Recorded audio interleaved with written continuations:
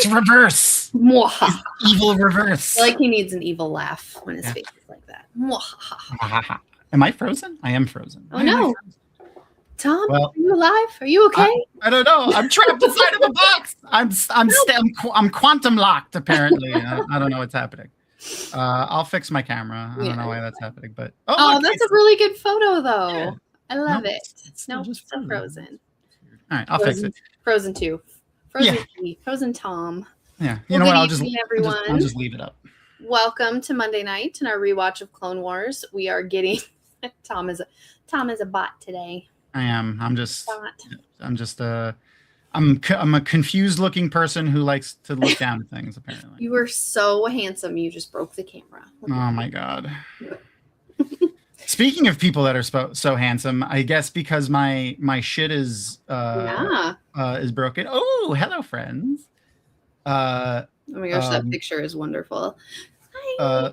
Let's bring in our guest since my face is fucked up and I need to figure out why this is happening. You guys can talk while I pay attention to that. Look, here comes an awesome guest. Welcome, Alex. Welcome, friends. Thank you. Thanks so much for having me on a Monday night. Absolutely, man. I figured it out. It's your shirt's fault. You said you didn't want to be where the people are. You got to be specific. It's not these people. These people are wonderful. You people aren't people to me. That's the thing. That's what I tell people. Like, you're not people. Like when I'm when I start really getting close to people, like I'm like, you're gonna come over to my house and I'm gonna be in pajamas perpetually. That's just how I goes. You guys aren't people to me anymore. That's call them house pants around here. I support that. But welcome, Alex, or AKA Madlands Shogun. Yay. Yeah, cheers, guys. Thank you so much. It's a real pleasure to be here, and thanks for having me on a live stream for the very first time. Oh yeah, right. You mentioned it before, and I forgot already because I'm a terrible person. We're breaking your on live stream cherry tonight, so congratulations. That's it. I feel very satisfied so far. So thank you. Yay. Hello, Heather Sadai. Welcome. My camera is broken right now, but I'm gonna fix it maybe eventually. This is good too. Welcome. We're Dragonmount. Dragonmount. I did not start Dragonmount. We did not start Dragonmount. Jason Denzel did.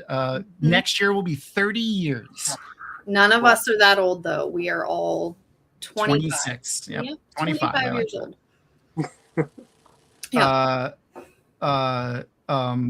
And we've been, Dragonmount has been involved in the wheel, intimately involved in the Wheel of Time forever, and we've been having a lot of fun. Yes.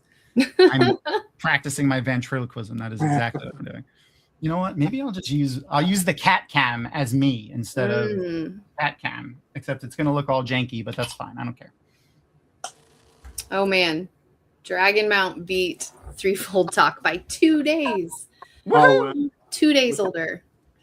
Wait, Threefold Talk was around 30 years ago? That's crazy. I don't think I knew that. I knew it was a long time. I didn't know it was that long. Yay, there it is. There we go. Yay. This is my my cat cam camera. It's my cell phone. Dragonmount was definitely one of the first things I came across, even before the wiki, I think. Mm-hmm. I'm always having Alex as a guest. Oh, okay. Cool. Oh, you're going to be a guest with the ladies of the Threefold Talk this week. That's good. If they ask you at any point about any kind of games to play, you should definitely play games with them. You should always play games with maidens. That's just like a normal, everyday. Everyone that's in the Wheel of Time fandom knows you should always play games with fandoms. Just say yes. I mean, with maidens. Maidens, yeah. Yeah, 30 years. 30 years next year. That is. Yeah, because last year was 28. This year's 29. Next year's 30. That's how counting. We gotta think of something big for that. Sorry, I'm proud of myself when I. It's a milestone birthday we're gonna have. It really is. We should definitely, start thinking about that and plan some stuff. So, hang on. Does that mean Dragonmount came out around the release of the third book? 30 years ago, 26, 1996. So I think it's like fourth book. Fourth book. Fifth book. Fires of Heaven, maybe. Someone will chat. Will know if Noman Garden's here or someone. Yeah, there you go, Noman Garden. Someone can math. Oh Yeah. God. Yeah. Fires. So what is that? Lord of Chaos area? I think somewhere around there. Yeah. Look at that! Come on. Bravo.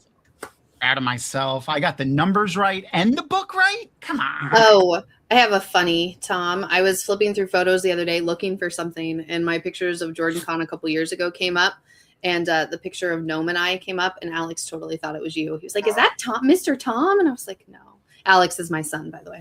Listen, that is absolutely no shame to Gnome Garden, because Nomi, you're a gorgeous man, and your beard, and I only one day hope to my beard to live up to your beard, but we are vastly like I'm two Gnome Gardens.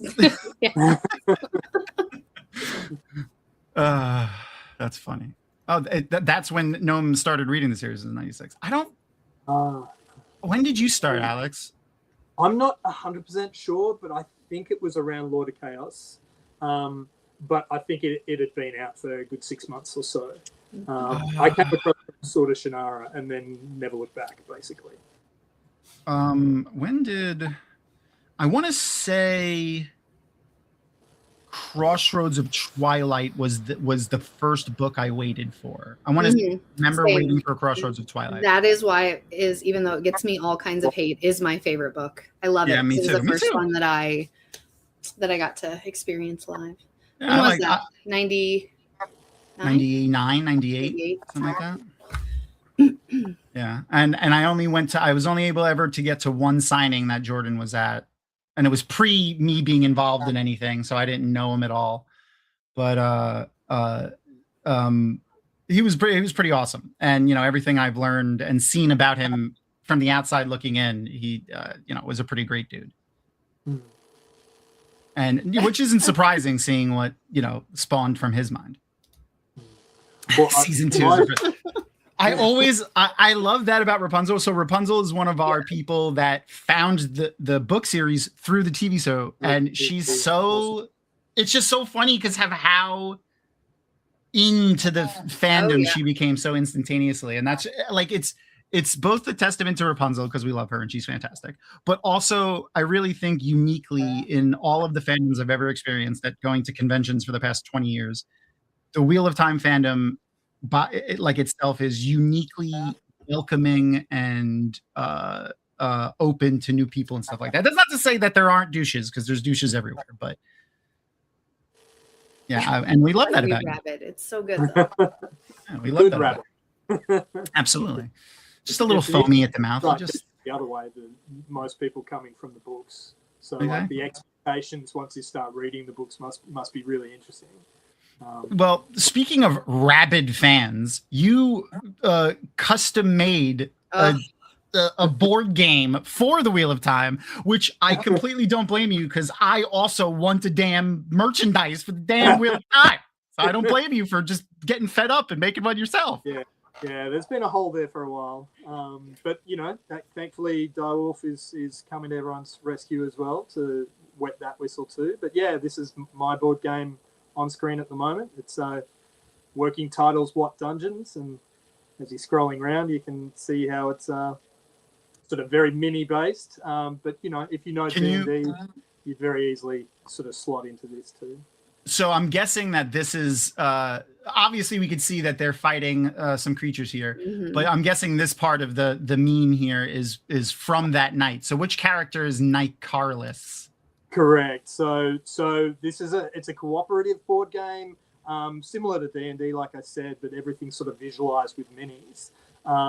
People who are familiar with Hero Quest would very much know this style of. It's almost like D&D in a box. Exactly. Yeah. So it's really accessible, and so what we have is it's our. And that's Leah's character. And it was combined character.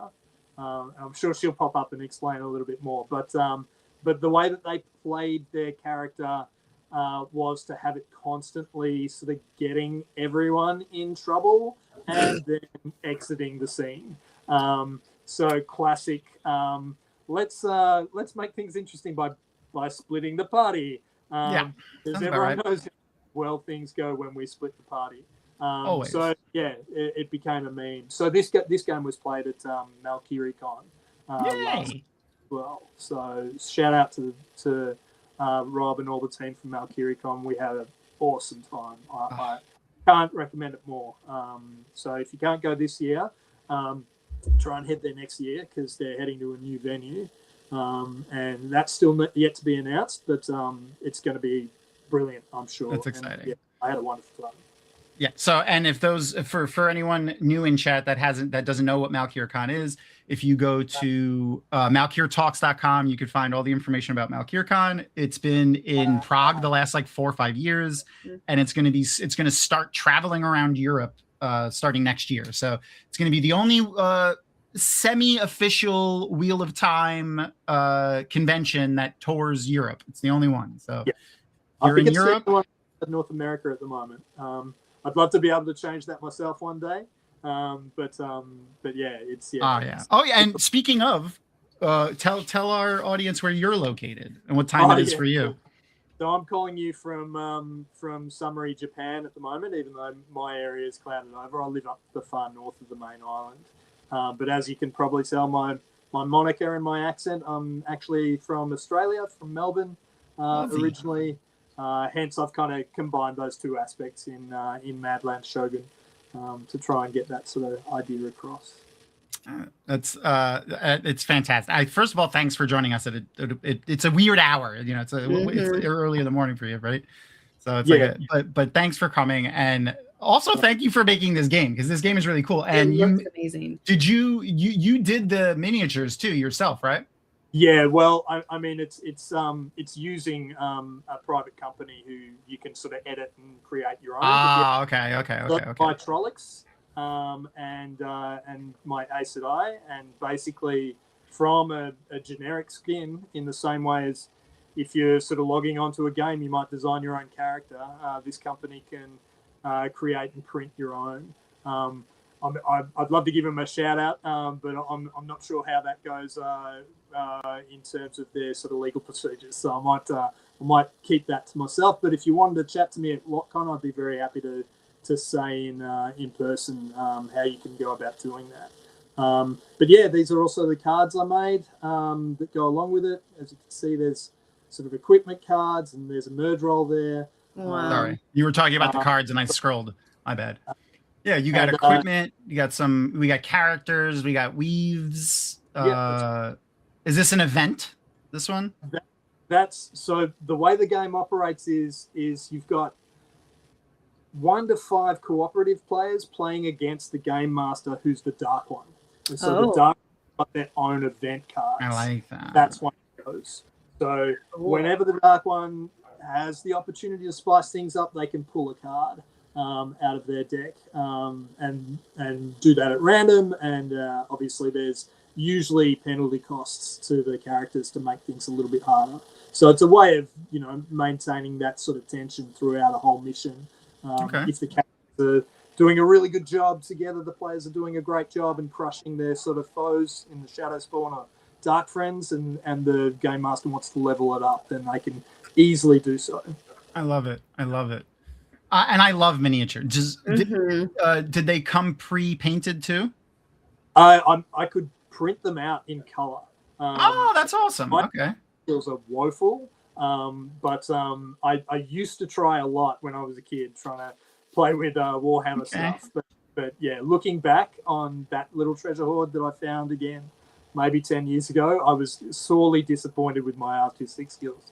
But yeah, that you can print in full color these days. You got to pay through the nose for it. But I figured, if I'm going to do a prototype version, I wanted to try and do it right. So fair enough. I've done those. And the dice as well. You can see I've tried to stay true to the Watt dice. What's not shown there is the one, but I'm sure we'll see one later. I've used the raven to symbolize the one instead of what's on the sort of covers of the books. On the chapter titles. Yeah, I don't see any other. Is it down the bottom? Bottom. Oh yeah, there you go. Can't really see. Yeah, zooming in, like obviously this isn't like a super high res picture, but yeah, no, that's cool though. I love it, and I love the use of the chapter icons and basing it off Hero Quest is such a great idea. Like, you know, a game that's a lot like, for people that have ever played Mansions of Madness, it's very similar to that. Imperial Assault is another one that's kind of like that. I really enjoy those types of games. They're fun. Betrayal: House on the Hill, another great one, absolutely great one. Yeah, I love all those games. Exploring the board. The game master, the dark one, obviously knows what's in every room.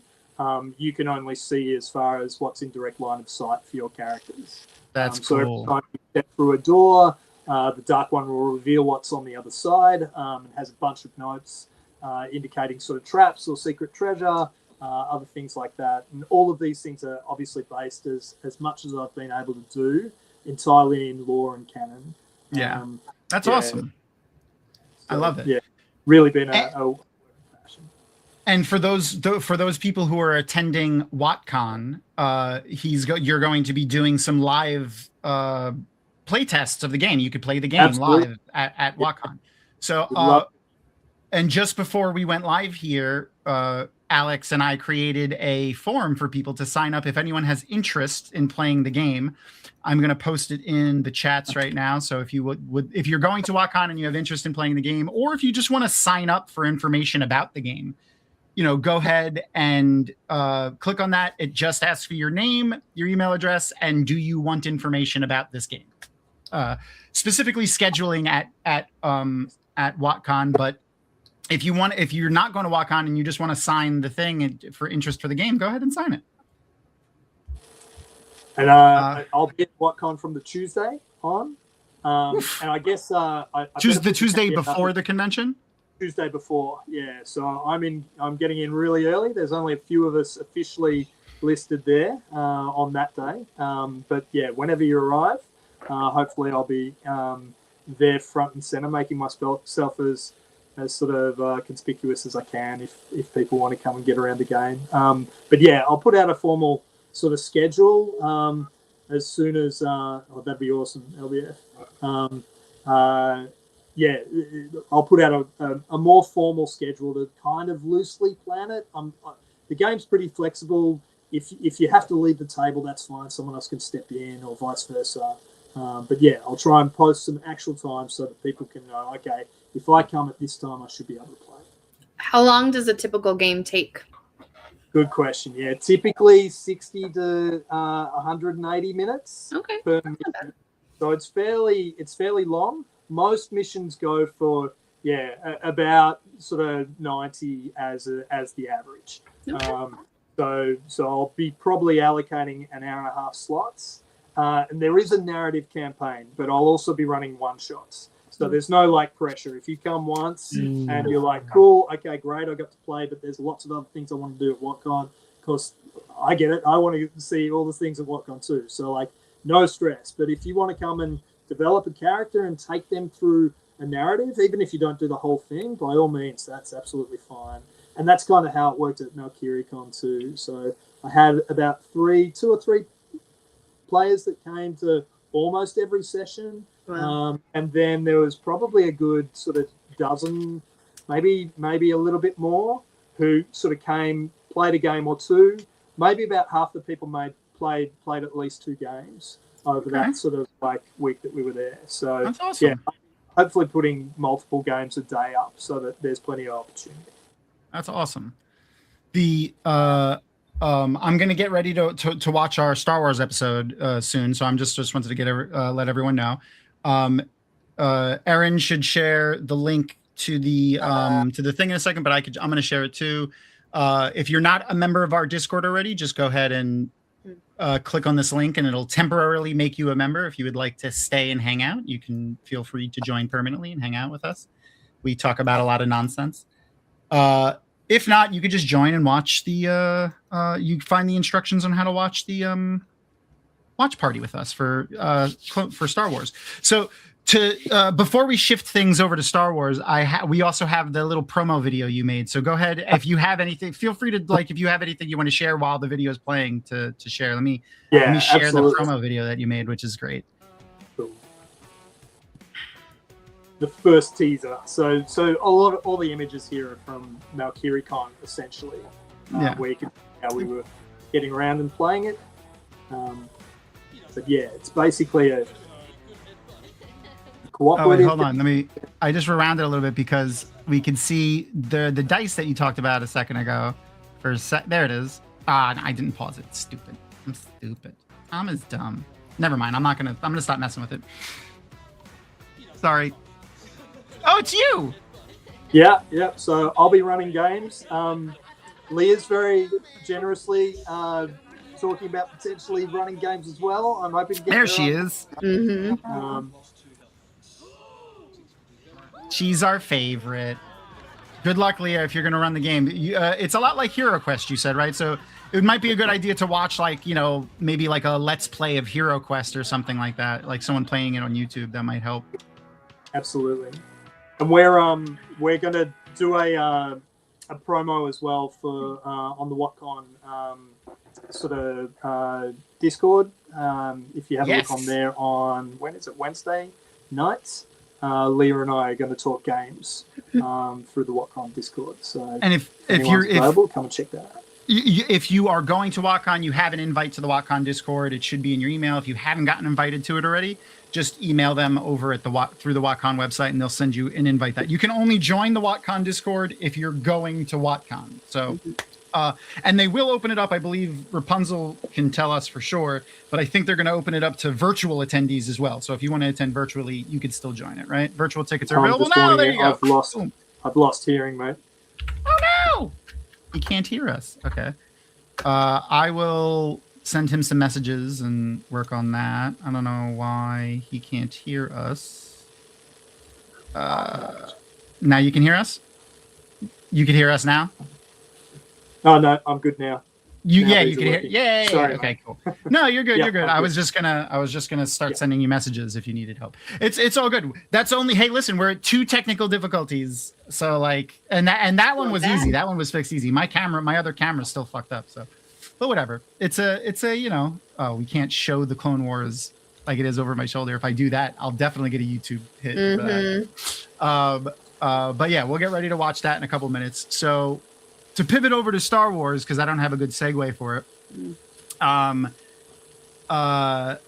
What's your relationship with Star Wars? Like when did you first watch it? How much do you like it? Like how far have you gone into stuff? Games, books, things like that.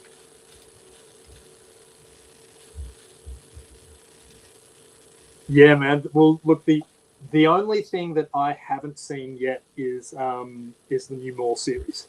So I've been waiting for my kids to sort of catch up, and we've only just finished getting through the Acolyte together. So I really enjoy. Now we're ready for more. But I was born in 1 ABY, so for me, yeah, I loved it too. I loved all the things as I was growing up. Like I've got distinct memories in primary school, elementary school, of playing as Han Solo at recess and lunchtimes.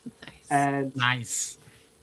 I had a little crew that we had our own Millennium Falcon on the playground, and that was all cool. We had like a slide to sort of get down and sort of hide things underneath. But the game kind of fell apart when our Luke was away one day, and one of the girls brought the boy that she was keen on to be Luke. And I went up to him and did the whole hand thing and gave him a friendly punch on the shoulder and said, "Welcome aboard, kid." And he ran off crying to a teacher that I punched him. So that was kind of a bit upsetting. But thankfully didn't lead to me losing faith in Star Wars, even though other people lost faith in me as well. Yeah. I was like, hang on, this is what Han does. But apparently any contact for this kid was bad contact. So okay, yeah, you learn. You live and you learn. Yeah, so I've been a massive fan all my life. Unfortunately, my kids have had it thrust upon them, and doing my best to sort of live up to the way that Star Wars should be, and hoping that with the 50th anniversary coming up, that there might be a few sort of new revisions and edits, and sort of maybe putting a bit of old school back in episode 4 again. Yeah, when you watch the mall stuff, it looks like the stuff that they're going to be building toward, I'm hoping is going to be the new. So the stuff they said they're going to do for the future is like the new Jedi Order, which is going to be Rey. I hate that her last name is Skywalker, but whatever. Rey Skywalker's new Jedi. So what I'm hoping for is something more in lines of what we saw in the book series back in the day. Oh no, we lost Alex, so hopefully he'll pop back in a few minutes. And apparently he was having some feedback because I don't hear it anymore, and I didn't realize it was bad. I do like the old school Star Wars stuff, but I'm really like Ahsoka Tano is my favorite character in all of Star Wars. I love Ahsoka. Did we talk about last week? Like my question of, I don't remember where I was in the series last week so there's a moment. Hey, he's back. Welcome back. Grogu, when he's with like Luke and Ahsoka, and he like makes him choose between the armor and like becoming a Jedi. Like that felt very old school. That felt like the old way. And I was kind of shocked by that based on what I know of Ahsoka, because she was a part of that too. Do you have thoughts on that? I love that that's what they did, because like that's basically like for the fan. I feel like for fans now and for new fans, that line of thinking and that way is wrong. So for a lot of the new people coming into Star Wars, and even me, like they're like, what, you have to give up your friends, you have to give up your loved ones, you have to go away from them, and you can never. Well, it felt like, didn't we learn that lesson already? Like, haven't we seen that story already? Of what happens? I'm happy that they're getting away from that. I hope they go to what they did in the book series, where Luke's Jedi Order is like a little bit of a reformed Jedi Order. Still his dickhead days. Got it. Yeah, he's still in his dickhead days. I love Star Wars. I watched so much Star Wars over the past week. I watched all of The Acolyte, all of The Mandalorian again. I rewatched Mandalorian and Grogu again, and then I watched the sequel trilogy. I haven't watched those in a while, and they're so much better. Like they're so much better now than I remember. I've only ever seen them once. So having gone through this journey, I'm really excited to see how I feel about them. Well, now knowing what we know about what they're going to do with the story, and like how they reacted afterwards, and what we know that they're not going to play up and what they are going to play up, makes me a little bit more forgiving about some of the stuff I didn't like about that stuff. Like I didn't like all of the Kylo Ren Rey stuff. I think he might be having internet issues because he's having like a really long delay, it seemed like. But we'll figure it out. So the other thing that we talk about every week, and I guess we could do that while Alex is figuring out his stuff, is what have we been watching, reading, playing, what have you? Crystal, you had something that you wanted to bring up? I did. It's really random. So I ended up somehow, I think I like double bought something digital, but I had a digital credit sitting on my account, and I was like, I need something. Like I've been consuming pretty much only Star Wars since January, like in some form or the other. And so I was like, I want like a fairy tale. And so I searched up fairy tales, and it came up. Did you get the picture loaded? The Gallivant. Yeah. It came up with this series called Gallivant. And I was like, fantastic. Okay, recommended for me. What the hell? It is a musical, you guys. So he is this, and I'm not very far into it. I think I finished the first 3 episodes. And so I'm a big musical theater nerd too. So I think it's great. It's very, very funny. It is. Welcome back. Can you hear Sorry, us? guys. I've been having. It's all good. Am I in sync now, time-wise, I hope?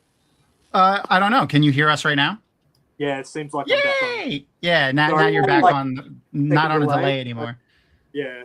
That's weird. Oh my gosh, I'm so glad other people have seen it. I was like, this is so random. Nobody's going to have known what this is. I should have known you guys would. But I'm like 3 episodes in, and I love it so far. So it's been great. I really, really enjoyed Gallivant a lot.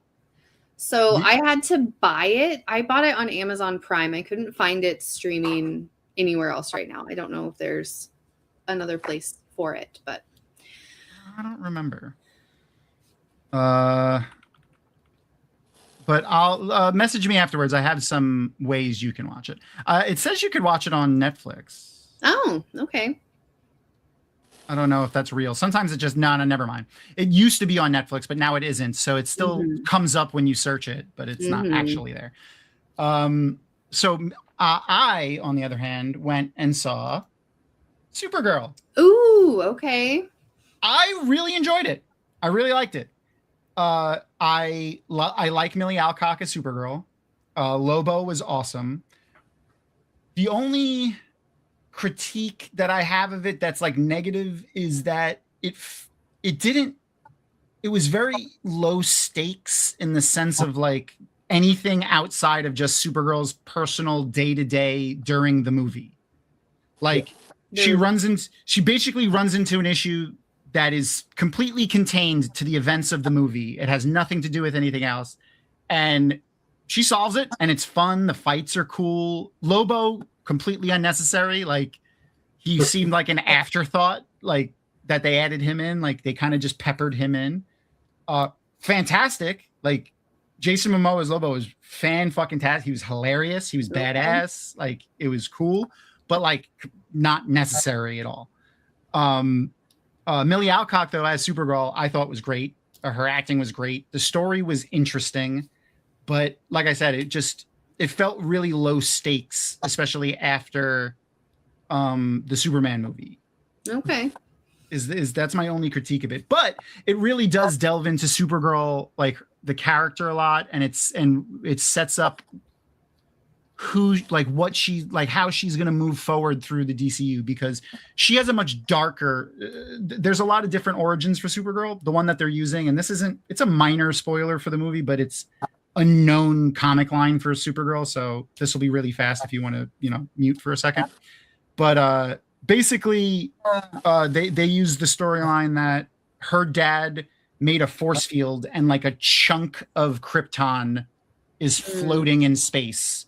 And that's where she grew up. She was born on that chunk of Krypton. She wasn't even alive before the planet exploded.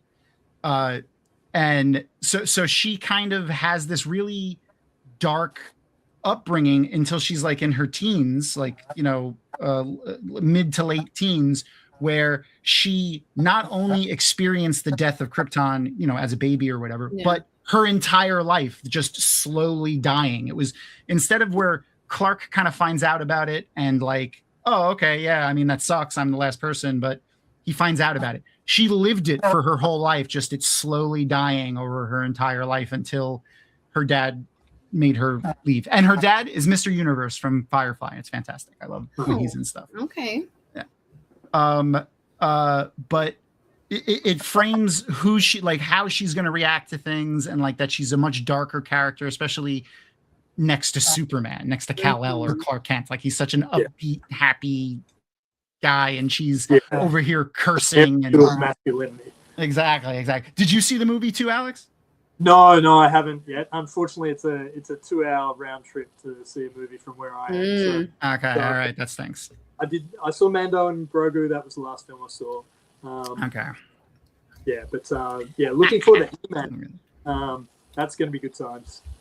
Yeah. Lobo was cool. I watched a couple of interviews with Jason Momoa. The cigar that he smokes in it it's a vape cigar, like it's a fake cigar, because like he's like I smoke cigars, and if I had to smoke cigars the entire time I was filming here, I would die or just be vomiting the whole time. So they made him like, he took a real cigar that's like a huge fucking cigar, and then had the prop team make a vape version of it. So whenever you see him smoking it, it's a practical effect. It's not digitally enhanced. The vape cigar has like, it looks like it has like a cherry on it, like it's lit on fire. So it gets brighter when he pulls on it, and he really blows smoke and stuff. So all of the acting with the cigar that he did, he was very proud of his cigar acting. He talked about that a couple of times in the interviews that I saw. If I got to interview him, I would 100% ask, like, did you practice cigar acting? Like, were you standing in a mirror, like, just like with the cigar and like doing turns with, cause like he does a couple, like after having watched it and then seeing some of the scenes, like he'll take a hit on the cigar and then like turn. So like the smoke is like everywhere as he turns. Like you practice that. You definitely practice it. Like I want to just Like who walked in on you when you were practicing? He's got to have some funny story. Yeah, he's got to have a line about smoking but not inhaling. Yeah, like something president. I really enjoyed. I understand. Yeah, I mean, it's not for everybody. It's definitely a different take on the super. If you enjoy the way I tell people, and this is my favorite depiction of the DCU is I think it's DCEU. It's the cartoons from the 90s and the 2000s. So like the Adventures of Superman, Batman the Animated Series, Justice League Unlimited, Static Shock, the Justice League, Batman Beyond, all of those, they're one universe. So that's my favorite one. And it looks like what James Gunn is doing is like, because this new Superman movie just felt like a 2.5 hour long episode of Justice League. Like from my Saturday morning cartoons. It was fantastic. This David Cornsweet's version of Superman is basically that version of Superman, and it's fantastic. I really, really like it a lot.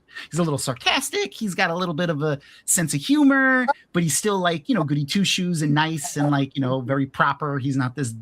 Everything had to be so dark with the Snyderverse. I was never a really big fan of the Snyderverse. The only thing I regret about the Snyderverse is not getting a Ben Affleck Batman movie, because I liked Ben Affleck as Batman. Yeah, he was surprisingly good, wasn't he? He was darker than out of the pool. Yeah. And I like that version of Batman. Specifically, I like the version of Batman from the comics where it's Bruce Wayne's dad is Batman, and it's Thomas Wayne Batman. And in the movie, the animated movie that they did, Jeffrey Dean Morgan was the Thomas Wayne Batman, and that one is a psychopath a little bit. So that version, Bruce and Martha die, and Thomas Wayne survives, and he becomes Batman, and he kills people and is not shy about it. So it's a crazy series, but it was really cool. So his Batman kind of reminded me of that a little bit, because like he definitely does not care about killing people in the Snyderverse Batman, which I wasn't a big fan of. But I agree. I was not a big fan of most of the Snyderverse. I loved the actors as the characters, even though I grew to hate Gal Gadot as Wonder Woman. I mean, after the first one, I don't know how they ruined the second movie so hard, but because the first one was great. But yeah, I don't know. Anyway, we're not here to talk about that. We're talking about Star Wars. So I want to get ready to press play on the episode. I really like, but also for the first time while rewatching these last couple episodes, started having the thought of, Alex, how familiar are you with the Clone Wars stuff? Oh, very, yeah. Okay, all right, cool. Third time watching. What are your thoughts on the Mortis timeline? So we're going to see the first episode we're going to watch is episode 17, which is the end of the Mortis stuff. Sort of So the whole neutrality aspect of the Force that I think Rebels touches on very well as well. Like the Mortis arc is like a real key to developing, I think, what then sort of opened up in the new versions a lot. So it's kind of great that Favreau could play around with it.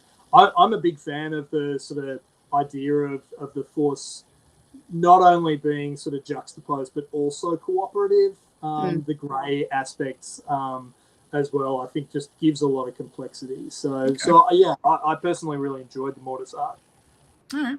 I have always liked it too. Like I always found it like really interesting and like a really cool lore building thing that came from Clone Wars, and like hoped that they touched on it. But rewatching it this time, it felt kind of hollow. It was weird. Like I was watching it and being like, I don't know. It just felt a little hollow and like rushed and fast. And it's weird because I've seen it a million times. Like I've watched this so many times, but this last time I actually sat and I've been like analyzing it and like watching it a little like harder than I have in the past because we're doing this. So I don't know. It just felt a little hollower like this last watch through. I think from Favreau's sort of perspective, it would have been a bit of a gamble, like going into this. So they probably had like, okay, we need an arc that's contained. and then like we'll see how it plays, especially in dealing with sort of Anakin's backstory as well, and sort of him getting that glimpse into what he might be as Vader. Like that's playing with fire to some extent. Like if you get that wrong, like it's a long way to come back from.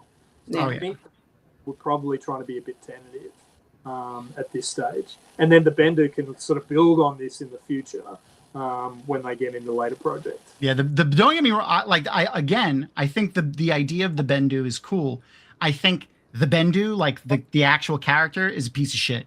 Like that means he literally sat on the sideline and watched all this shit happen and just let it happen. That's not neutral.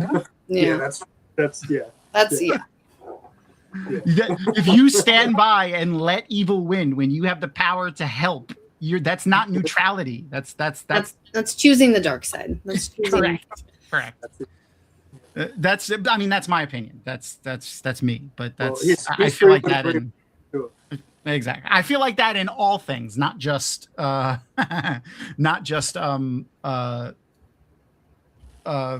Bendu, but particularly since we're talking about Star Wars, he did annoy me with that. I was like, dude, come on. I've been helping out. All right, let's get ready to press play. I'll press play. And so one of the things that we do here for our first episodes is when we look at the fortune cookie, when there's someone here that's a Wheel of Time fan too, we ask them, what character from the Wheel of Time do you think would benefit from the fortune cookie advice, or just hearing the words? Sometimes it's not really advice. Like one of them from this week is, and one of them's not really. But all right, let's press play. So if you're in the watch party, again, the link is shared in the chat. Go ahead and click the link and it will show you the information on how to join the watch party. If you're in the watch party, just sit back, relax, and watch. If you're not, if you want to follow along, I'm going to give a 3-second countdown and then press play. If you're in the watch party? All right, here we go.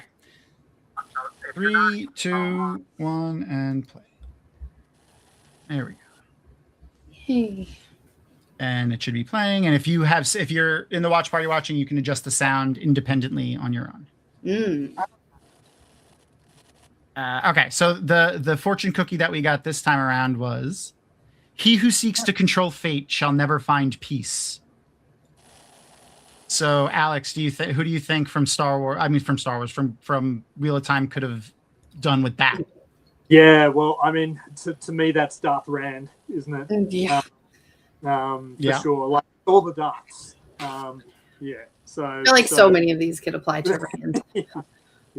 I think he goes through that arc and comes out the other side very strong. But there's a lot of books under Cad Swain's influence where he's kind of stuck in that. The poor guy. Absolutely. And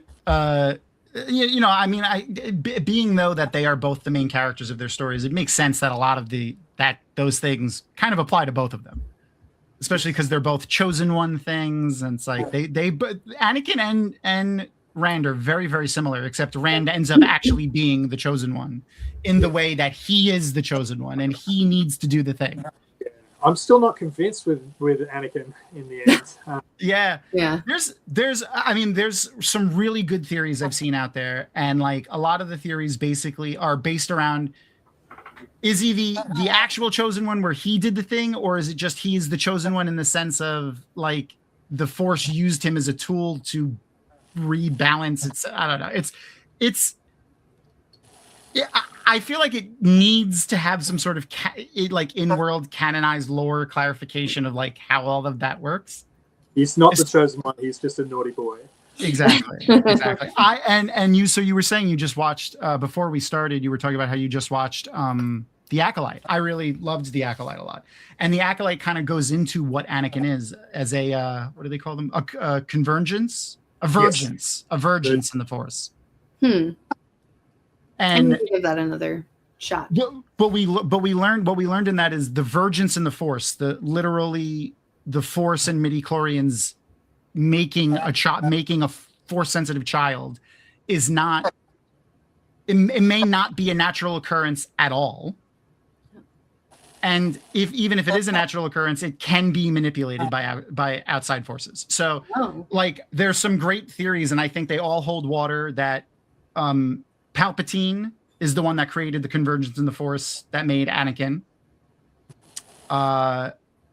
That it was maybe like Jedi Master Sifo-Dyas or like one of the other darker Jedi Masters that did it. There's been a lot of really cool, credible theories with that, and I like it. What do you think about it? The chosen one trope and all of that stuff, Alex. Yeah. So I'd love to get closure on it. At some me too. point. I don't think it'll ever happen. I think that's the goose that laid the golden egg that they'll never try and slaughter. Exactly. But yeah, I don't know. Like, can we get more of Shmi's backstory? That would be cool. Because that's I think the only way we're going to kind of get to the root of midichlorians and was it an immaculate conception, Shmi? Was it really Shmi? Yeah. Yeah, we'll see. Maybe. Yeah. Maybe. So, speaking of Shmi, in the last episode, Anakin sees he has a vision where he sees his mom, and he says he wants to introduce her to his wife Padme, and there's a famous story from Sam Witwer, who is the voice of Darth Maul and a ton of characters. I love Sam Witwer. Here's a little thing from my past birthday. What's up, Tom? How are you doing? Sam Witwer here. So Jedi Master Aaron tells me that you're turning 40, which is a lot younger than me. And you'll be punished for that. I'm not going to stand by that. That's not. You have become a rival, and you will be destroyed. You will be destroyed. I will be destroyed. I would accept being destroyed by him. That's a direct invitation. Yeah, anyway. Yeah. He famously he does the voice of the son in this, and famously this was his first voice acting gig for Star Wars, after The Force Unleashed, after the video game, and this is the first time he meets Dave Filoni and the whole TV show team, and they're filming these episodes, these Mortis episodes, and they're doing the Shmi scene, and Anakin's line is, "I want to introduce you to my wife." And Sam Witwer raises his hand and says, "She already met Padme, so that's not right."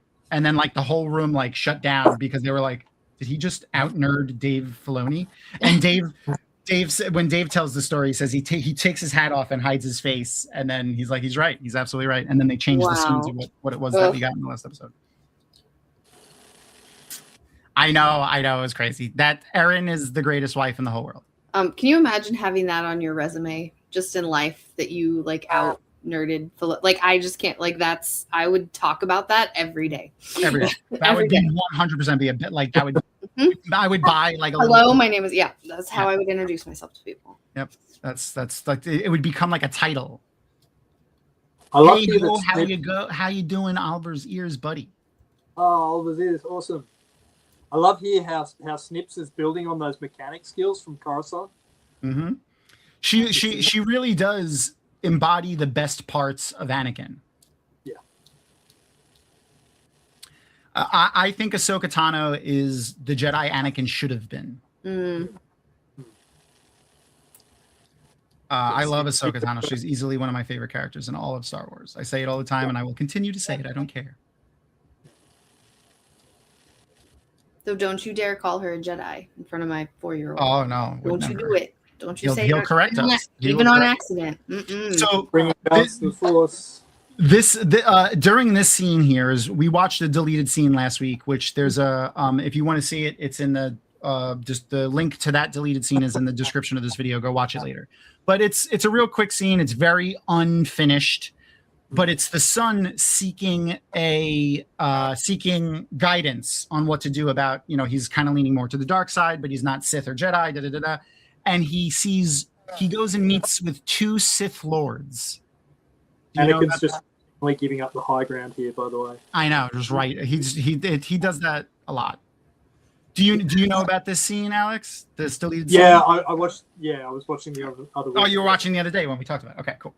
The 2 Jedi, the 2 Sith that he meets, this is what they look like during that scene. This is like the artist rendering of them from the scene.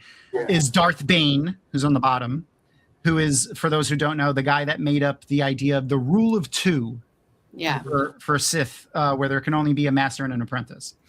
And then the guy on top is Darth Revan, and this is the shot of him in the show.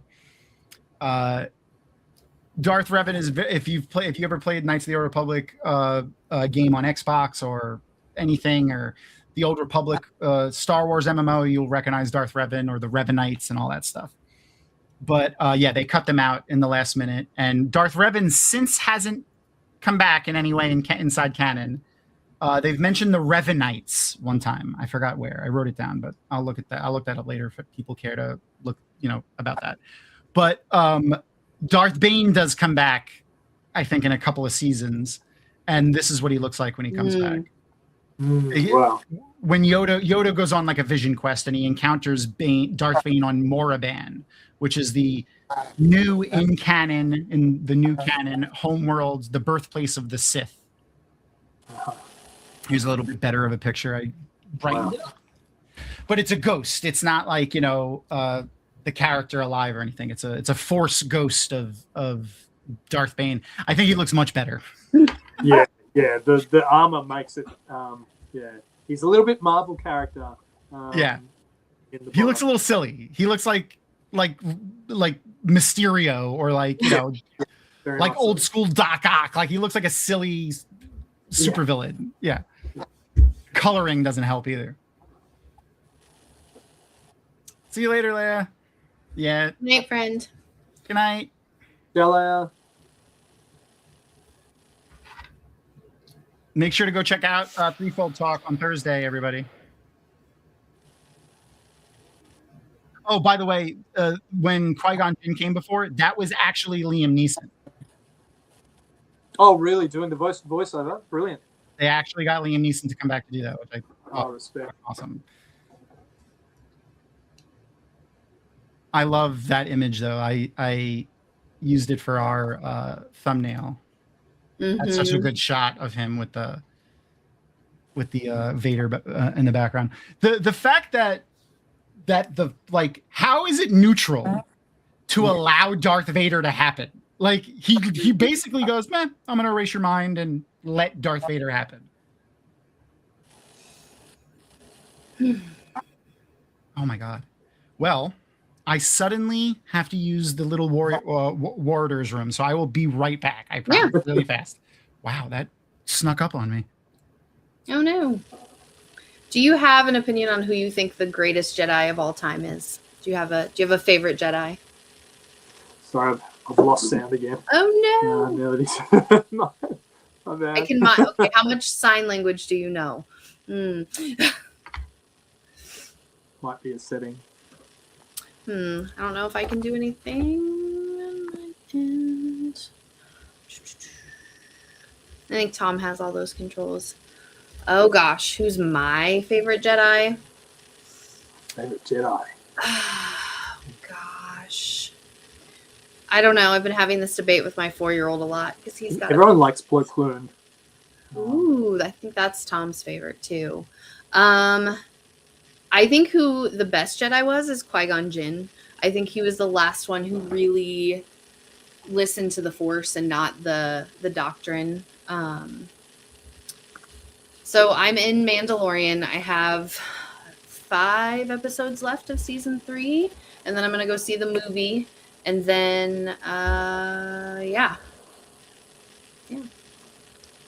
getting close. It's been a long time, but I'm getting very, very close. I'm actually a little bit sad because I've been doing this for so long. I don't know. Our producer. I don't know what I'm going to watch when that's over. Oh, no. I'm going to take him away for a second. Oh, he lost sound the second you ran away. That's fun. That's funny. Hi, buddy. I don't know if your Sorry, sound guys, is I've working lost again. sound again, so I'm going to refresh he one lost more sound time, again. Okay. see if that works. Sounds good. Okay. Yeah, no problem. I found our intrepid producer, so I carried him in here, but then he told I like me. it. So, Tom, I was asking, so I think it's a different question, not your favorite Jedi, but who do you think the best Jedi was currently? I said Qui-Gon Jinn is the best one. The last living Jedi that was, other than Luke, like at the end, was in my opinion, that was like a good Jedi operating, listening to the Force and operating in the way that is best would be Qui-Gon Jinn. Yay! My son argues that it's Luke, and I have problems with his opinion. So Luke, I mean, everything yet. That's his. Yeah. I mean, Luke is great, and like I think end game Luke, fantastic. But I found out there's a whole world I have to like. Like his whole. Yeah, there's so much I don't remember from the movie, so I'm excited to see if I have a different opinion once I watch everything else again. My only thing about Obi-Wan is he's very dogmatic about the Jedi. He's very don't buck the Jedi or what they want until push comes to shove real hard and it's something that he disagrees with. But it's only like he does it like twice, like ever. Well, and I think he failed Anakin too. He was part of, like a huge part of his downfall. He was closer to him than anyone and should have noticed. Absolutely. So abso-freaking-lutely, I agree. The whatchamacall, the fact that none of the other Jedi listened to Qui-Gon Jinn when he told them like this is what the Force is telling me to do. Like Yoda didn't like stop for a second, think. They were just like, no, do whatever you want because we're not going to stop you. Apparently, I don't know. Yeah. Oh yay! My camera's working again. I could switch cameras. No, that's true. I mean, that's not a very. That's true. I think that was a very human thing to say.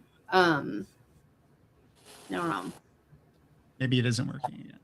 No.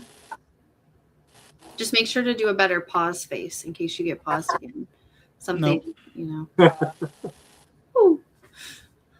Yeah, the whole Anakin finding out that the Jedi is fallible, are fallible, just leave it as my phone.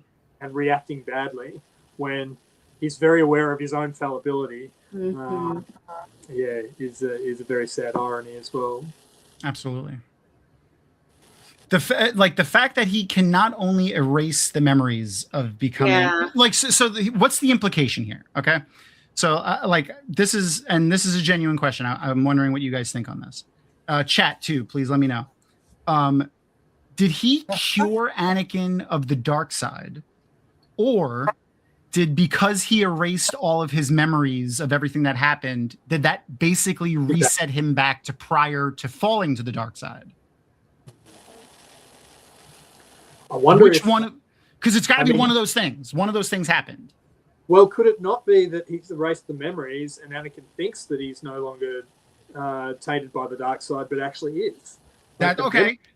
Okay. That's like there's a kernel of shadow in there, and that. Yeah.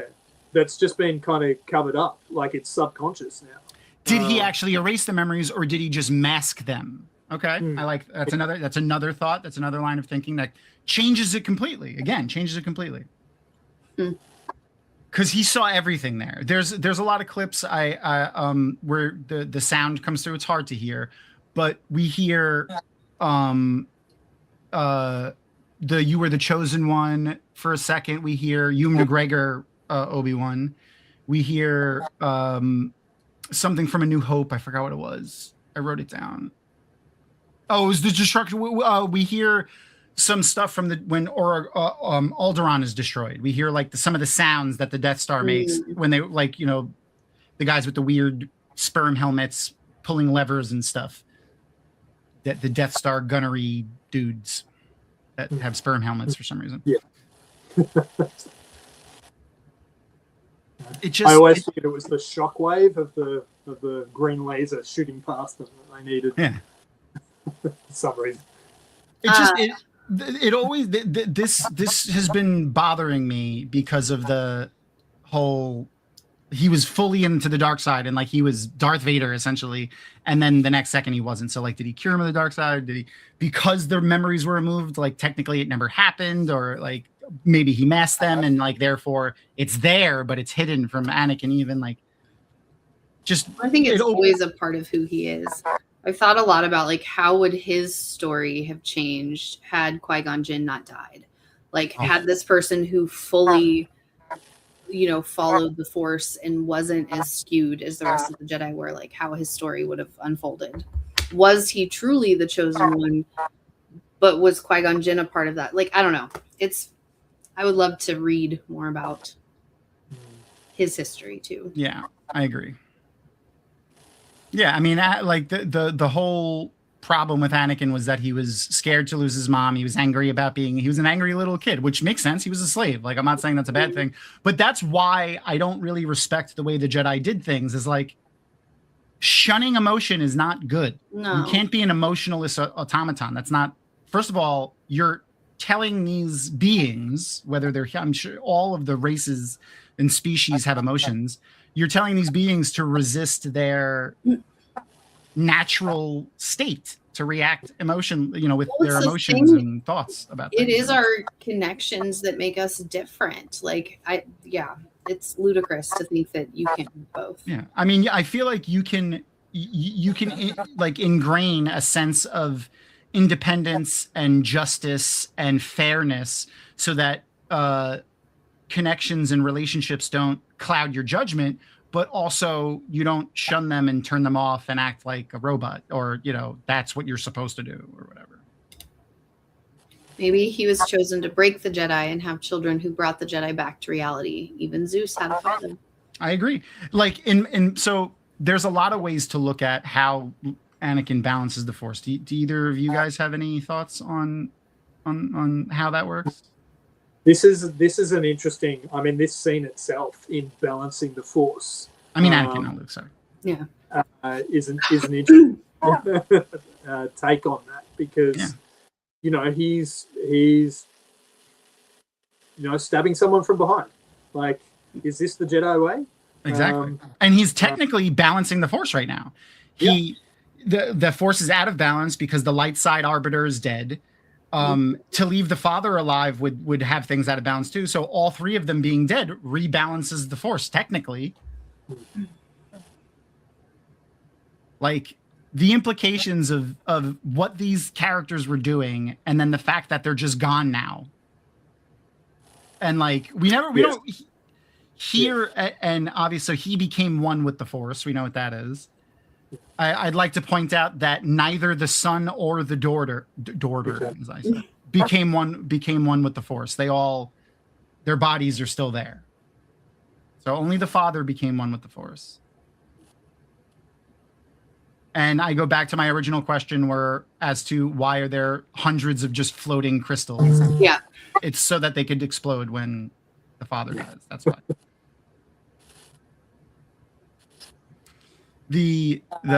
And then the end of this episode brings up the question of, did any of that really happen physically, or did it all happen as a Force projection or whatever? Because it's just such a weird aside thing. Like, we're in the middle of doing stuff. Dooku's getting a new apprentice. Asajj Ventress' story is coming to like a little bit of a culmination, and then all of a sudden they just break from everything, and we're in an alternate dimension that has never been even mentioned. And they're clearly waking up from that dream. Now, are they going to do that with episodes 7 to 9, as per the rumors? I don't think so. The last You 3 think months. I think it'd be like? such a dark. Yeah, so what you're thinking, like, what the rumor is that they're going to retcon those episodes, essentially. Correct. Oh. Those movies. That's right. I don't think they're going to do It was that. big on Twitter maybe 3 months ago. I think when Kathleen Kennedy stepped down. Is that right? Catherine Kennedy, yeah. Okay, Yeah. So the fortune cookie from this one is less advice. So it's adaptation is the key to survival. Yeah, and the Wheel of Time character I was thinking for this one is probably Varen. That she embodies that pretty good. Yeah, to enable the world to survive is for her to adapt. And there's the immediate adaptation when I believe she's actually pressed to join the dark side and will be killed if she doesn't. Yeah. But certainly she sees that as her tool for the world to survive. Favorite Tom. Yay. Yes, Plo Koon. Plo Koon is my favorite Jedi. Hey. I like the Keldor for some reason. I don't know what it is. That's what his race is. It was another reason why I really liked him. Like when I first started liking him was when the Clone Wars first aired, and he was also in a PlayStation 2 game. The first thing that Plo Koon was ever in was like a PlayStation 2 game. I forgot what it was. But when Clone Wars first aired, he had an orange lightsaber, and he was the only character ever to have an orange lightsaber before that. So I liked that. They have since changed it. I think it's yellow now, like officially. But in the beginning, he had an orange lightsaber, and I like that a lot. Especially, I like that with the new implications of what an orange lightsaber means. In the new canon, basically, orange is not completely dark side, but not dark side. Yeah, not pure. Yeah, like oh shit, what's his name? The guy that played Balin's skull in the Ahsoka show. I haven't seen it yet. It's a bit of a risk for a Jedi Master to rock around with an orange lightsaber there. He's kind of advertising to the other Jedi, this guy's a bit... Yeah. Oh, Ray Stevenson. Ray Stevenson. He played He was Titus Pullo in Rome, and he was the Punisher in a really bad Punisher sequel. But I loved him as an actor. He passed away. He played Balin's skull in the Ahsoka series. He has an orange lightsaber because he's not really a Sith. He's just like a fallen Jedi that doesn't follow being a good person anymore. So I kind of like that. By the way, just for people who don't know, Ahsoka ends up being, I think she's 19 at the end of Clone Wars. No, I feel like we've talked about this a lot. I feel like she's like only 17. It's 17. It's 17. Yeah. Yep. 7 and 9 look very. I mix up 7 and 9s a lot. Yeah. She's only 17. When the series starts, she's 14, and when the series ends, she's 17. She's a child. So that's another implication that not a lot of people think about when they're watching this. Mm-hmm. Yeah, what's she going through? I love that R2D2 is commander. Oh, these are the heroes of the whole series, guys. Right According here, to your son. right now, according to my son, C-3PO and R2D2 are central to the story. Mm-hmm. What did That's he call very C-3PO? Right. He had a name for C-3PO, didn't he, when he first started Yeah. watching? It was something funny. It was like gold something. Oh, Golden Robot Guy. It's the Golden Robot. Guy. Can we watch the Golden movie Robot with the Golden Robot Guy, Mom? Yeah, it wasn't Star Wars. It wasn't Darth Vader. It wasn't Luke Skywalker. It wasn't Jedi. It was the movie with the Golden Robot Guy. Yeah. And he's still always, when he plays, the Jedi are there, and he likes to be Ahsoka, and he likes to be Obi-Wan. But in the end, 3PO or R2 always saves the day, slays the cat. Right. I'm sure the new guinea pig will be in on it soon. That's fantastic. By the way, we did get our intrepid Buddy. producer. Hi. There he is. Yes, nice. Meow. Yeah. Good. Yeah, buddy. But I'm using my cat cam phone for my camera because Are those Incredibles pajama pants, Tom? They are. I like it. They are my incredible pajamas. They're fantastic. They're very soft. And I exist mainly in pajamas. So House pants, Tom. Call them house pants, and then you sound fancy. that's fair. One of the things, and anyone can feel free to use this, is if you work from home. Erin started switching out of her pajamas into her work pajamas. Mm-hmm. So she has work pajamas and pajamas. Yep. Yeah, see? We started doing that like 10 years ago. She's been working from home for a long time. By the way, this is, so canonically, for all intents and purposes, as the characters know, this is the first time they're freezing people in carbonite. This is prior to Han Solo being frozen. Yes. And this is also the first time we see an Ugnaught canonically, which is the guy that was freezing them in carbonite there. May we have more Ugnaughts. I love the Ugnaughts. They're fantastic. The only aliens I like more than them. Do I still have them in here? Nah. I forgot what they're called. Astalians or something like that. Mm. They're the little guys, the little droid guys from the Mandalorian. Oh yes. Yeah. The droid fixes. Bad baby. Baby, Bad no huggy, baby. Yeah, them. Yeah, it's hard to be cuter than Grogu. It's true, but and they pulled it off though. Did it with littler, hairier things. It's With well cute played. little voices that say things like "bad baby." If you haven't seen The Mandalorian and Grogu, they are heavily featured in that, and they're fantastic. Yeah. Yes, Babu Frick. Oh, yay! I forgot that I had a shoulder friend of one. There he is. It's Aw, Babu Frick. cute. That's adorable. Yeah. But in the in the movie, they look like that. They're fantastic. I love them. Yeah, let's see. This is my little shoulder friend. I could never get mine to stay very well. I put stronger magnets in them. Smart. I cut their butts open and put stronger magnets in them.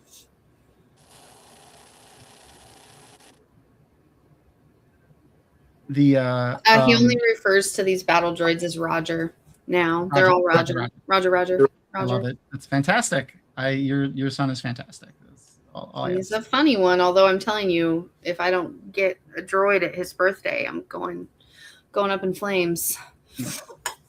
No, we're doing the thing. I thought I know. we have to. But I think he's still gonna. We have to like make it all. I know.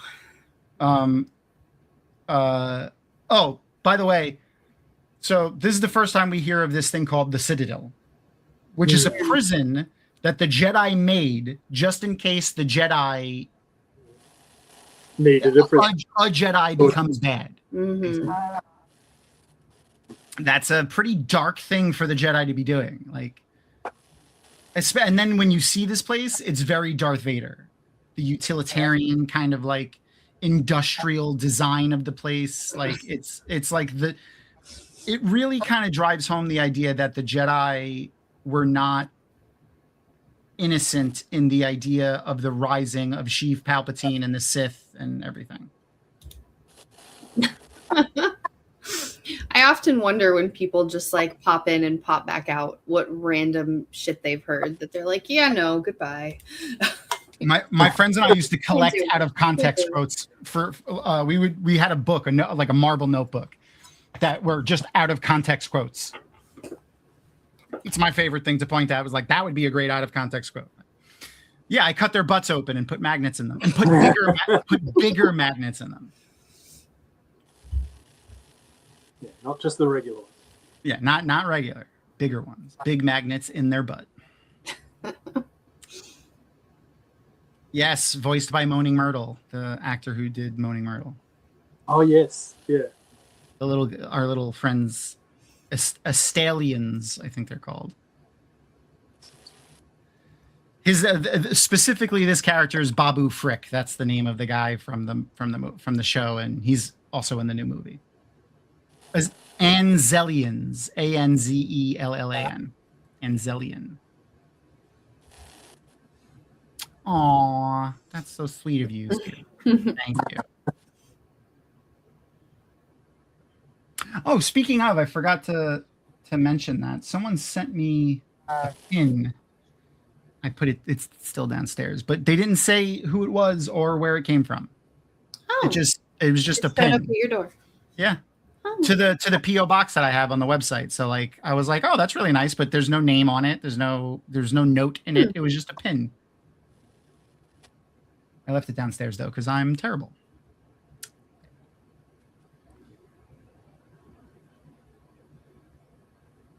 Did you see that Tamura Morrison is petitioning to play Rex or Fives or any of the not Fives, obviously. It'd be so good. Yeah, for if they want to, like, they've floated the idea of doing a Fives show, like, or a Rex show of them older, existing in between, stuff. Maybe even tie it over with the Bad Batch. Oh, I would be down. I can't Honestly- imagine him with a white beard though. Like it. I know it'd be weird. It'd be Yeah. so weird. I kind of don't want them to do it live action though, because I feel like they won't. Because it's not like like, don't get me wrong, Rex is an awesome character. Tamora Morrison is an awesome actor, and I'm sure it'll be great. But it's not going to be huge. Like it's not like, unless it's another really just out of the nowhere banger like fucking Andor was. Which would be tough to do unless they got the directors and writers from Andor to do it. I would want it to be animated, only because they could do more with an animated version. Yeah. Like, go ahead. Sorry. Sorry. Did we ever get confirmation that it's Rex on Endor, with one of the commandos with the beard? It's a fan theory because, like, obviously, no, that's not Rex. Like, that wasn't Rex. Like, that movie's been out since 1977, and Rex wasn't a character. It wasn't original. Yeah, but Rex was alive, and he definitely would have been there. So, like, the idea that Rex could have been there is absolutely plausible. But yeah, no, that wasn't Rex. Kernel of where a plot comes from. Yeah, absolutely. Yep, General Syndulla was there. Hela Syndulla, she's fantastic. Our characters from favorites from Rebels. Rebels is easily one of the best shows. I still think Bad Batch. It's for me. It's Bad Batch, then Rebels, then Clone Wars. For Star Wars animated stuff, at least. What I loved about Rebels as well, they really hit the figures again. Like of all of the collectibles after the trilogy, like Rebels were some of the best. Absolutely. And as much as people complained back in the day when this came out about the animation style of like all of this, I know it changes as it goes through, but it's the same kind of style even from, when Clone Wars first started. It just gets better as time goes on. Yeah. I like this style both on TV and in like the action figure. It really grew on me. I did not like it at first. That was probably one of the hardest things when I started. I love it now. It was hard for me to go back to the live action stuff. Like when I was done with all the animation watching, I was like, I kind of miss it. I just, there's just a lot more, especially with a property like Star Wars. There's just so much more that you can do that is there to appreciate that you just can't do in live action. Like. Yep. All of these actors in different armors with different weapons, and like I'm just talking about the ARC troopers.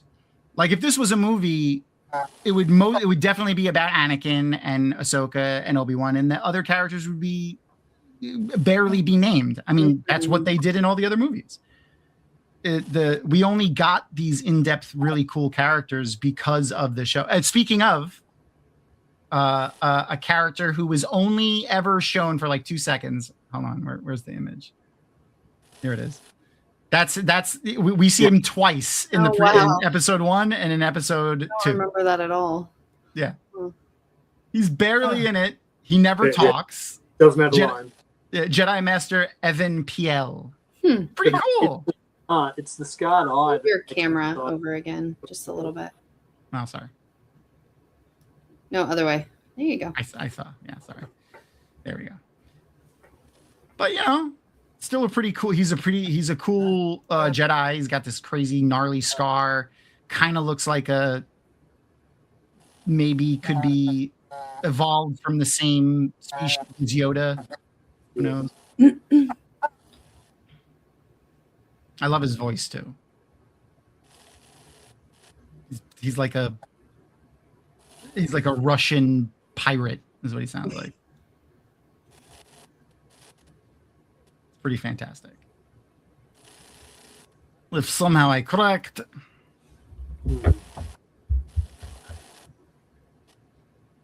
I think that's D. Bradley Baker, if I remember correctly, who does like fucking every voice ever for cartoons. I think he has like 900 credits on fucking IMDb.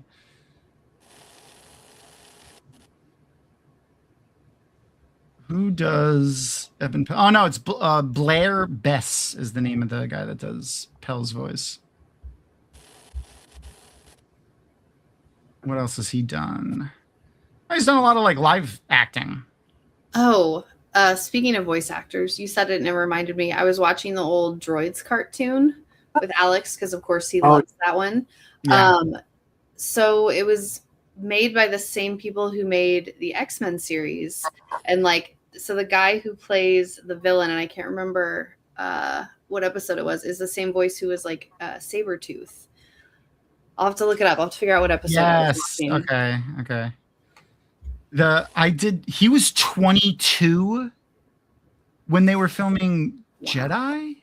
Wait, like Return of the Jedi? Oh, okay. Well, that's in the 80s. That's I get that. Like that's not too crazy for me. No, Tamora Morrison was Jango Fett. I don't think he wasn't there.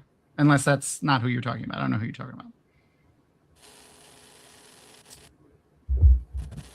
Those ARC troopers not really holding their own against these assassin droids though. Though honestly, another thing that I thought of when I was watching this, I just got to this part of my note. This episode is a great like palate cleanser after the Mortis episodes, because it's just like nothing but action, Jedi killing droids, kicking ass, clone troopers doing the.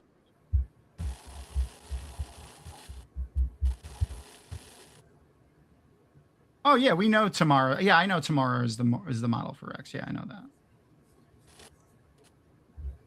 I just didn't know he was that he was in episode 1. I didn't realize that.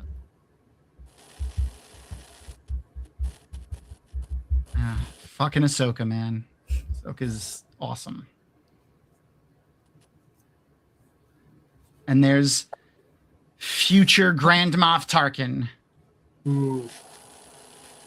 who's gone through some changes over the years. He's pretty young in this.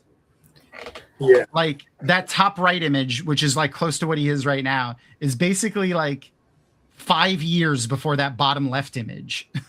And like, damn, that's some fucking aging. Yeah. That's some stress right there. Yeah. You know, destroying entire planets apparently is stressful work.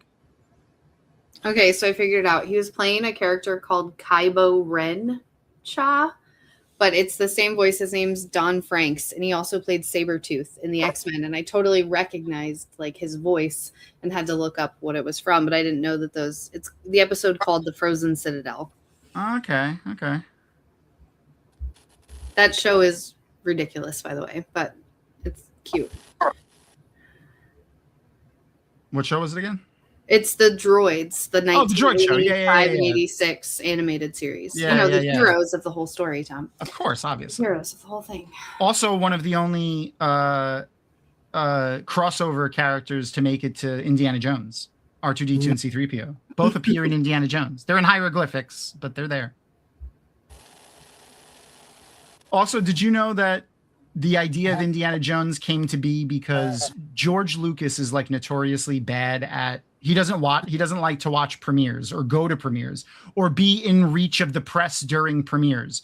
So when A New Hope hit theaters, he ran away to Hawaii, and he went and hung out. At the time, the reason he went to Hawaii was because Steven Spielberg was there and they were friends. So he went and hung out with Steven Spielberg, and while they were hanging out, they came up with the idea for Indiana Jones.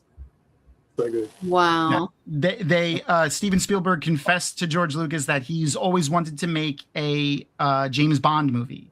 And he said, well, I've been kicking around this idea of like a James Bond-like character, but not, a spy. He's an archaeologist. And that's literally how they made Indiana Jones, the concept of Indiana Jones and Raiders of the Lost Ark was during Lucas that. Was like, well, I've got a guy who can play that lead. Exactly.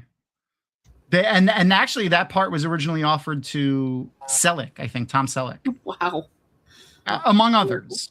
Harrison Ford was not their first choice because George Lucas at the time was very against reusing characters in movies that he had already done. And since he had used Harrison Ford in both American Graffiti and Star Wars. So he was really against it. He didn't even want to have Harrison Ford be a character in Star Wars, but he just read so well for Lando Calrissian that he made him Han Solo.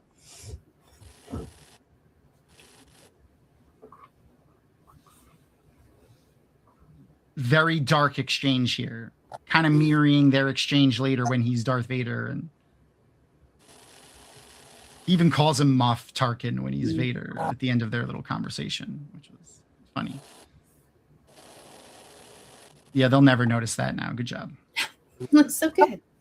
All right, and that is the end of our episode watching. We will not be watching next week's episode because we need something to do next week. We're getting so close, you guys. 2 more weeks. Is that it?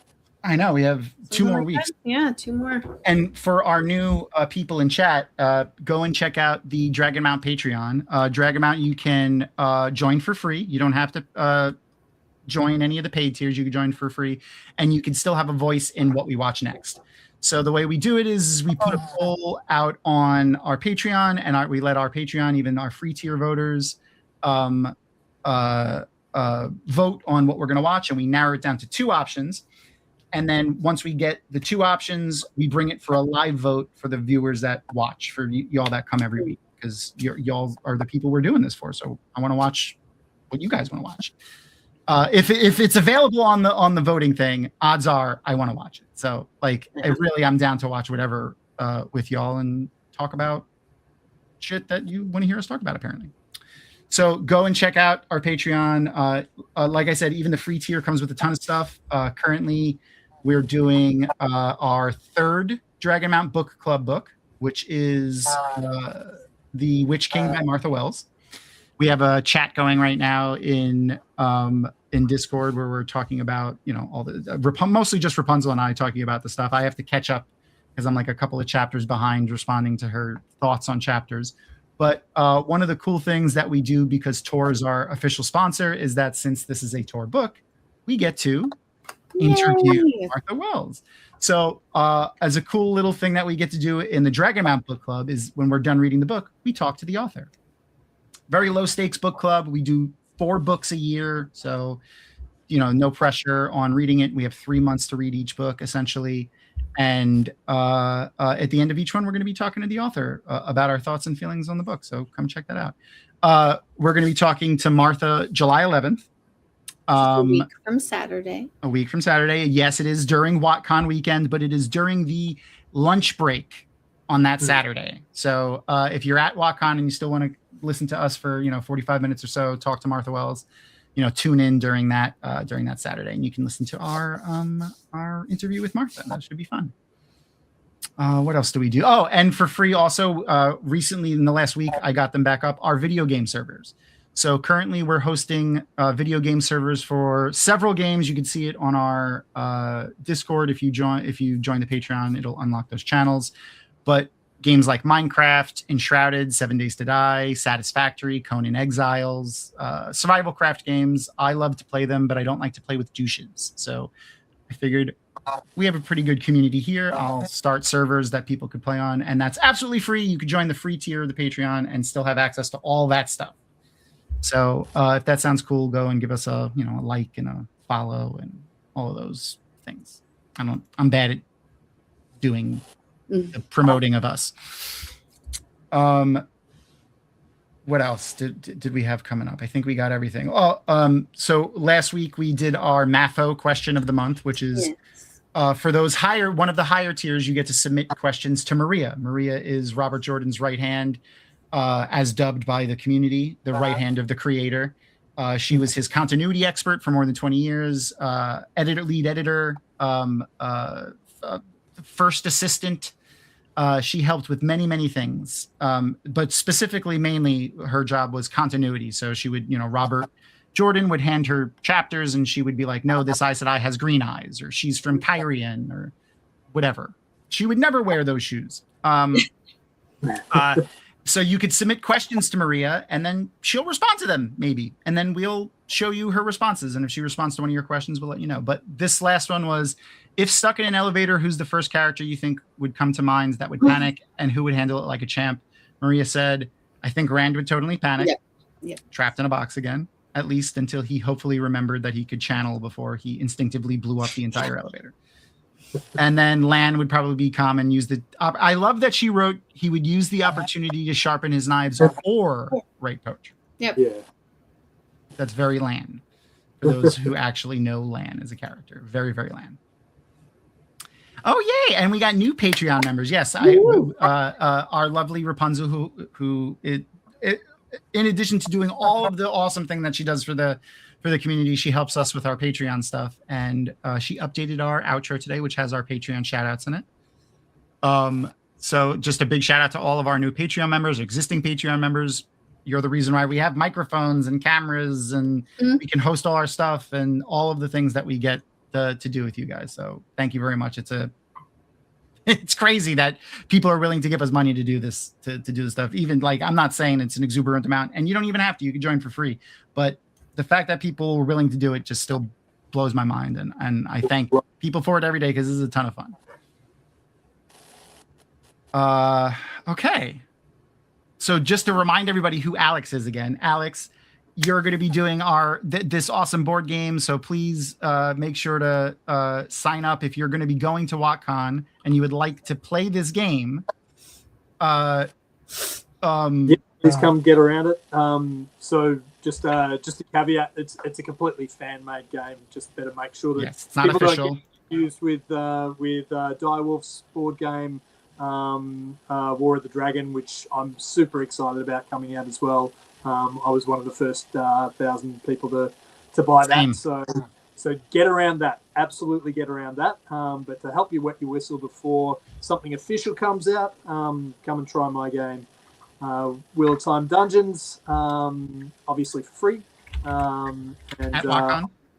At WotCon. I'll be doing hopefully sort of 2 or 3 games a day at various times. So plenty of opportunities. Come and sign up and get around it. And if you just happen to see it walking past and you haven't signed up, by all means, come and check it out. And if there's a slot at the table, you're more than welcome to just join a game that's already at progress. There you go. I posted the link to the forum if people are going to WotCon and they want to sign up to get notified when you get a schedule going. That's all the signups for it. Asks for your name, your email, and do you want to know when the sign-up schedule comes out for WotCon? Thank you. So. And I'll be putting that schedule up through the WotCon Discord. There's already a Wheel of Time Dungeons sort of gaming channel in there that a few people have replied to already, and I've posted the rules up as well as a few different so the rule book's on there if you want to really get into detail, but I'll obviously be explaining that live as we go too. Yay! And what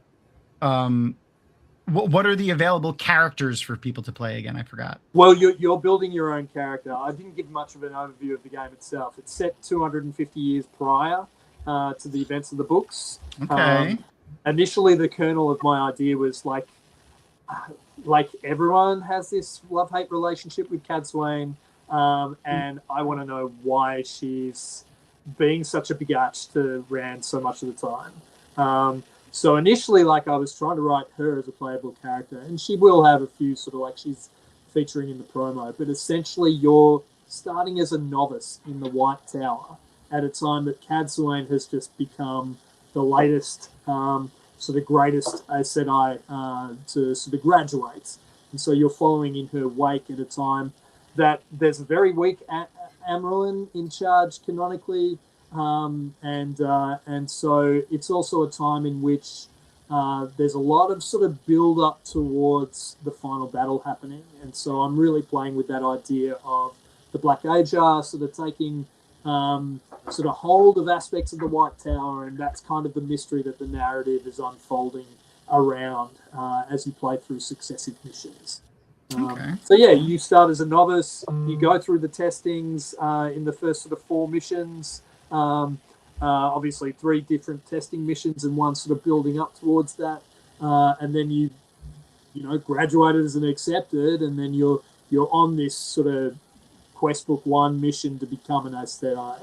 But as you go, you kind of unravel the existence of a Black Ajar that no one's been speaking about, and that sort of leads the narrative for your characters to really develop within the great world of the Wheel of Time. And as we know, like the map goes so well beyond Randland. Obviously, in the first quest book, we don't go that far.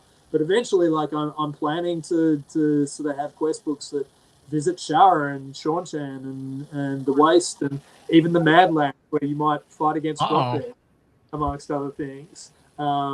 So you know, I've got in my head sort of 14 books, quest books mapped out of 14 missions each. So That's cool. It's really, if you love the world of the Wheel of Time, you want more of that, and you'd love to have a character that actually is part of the real world. Well, this story runs in parallel, and I do everything I can not to break canon, to base everything on lore. So anytime we deal with a character like Cadsuane, and Cyril, for example, one of her sort of canonical rivals, I deal with them as close to what I can bring out of the books as possible, and what I can take from the big white book, what I can take from any compendium I can from the wiki.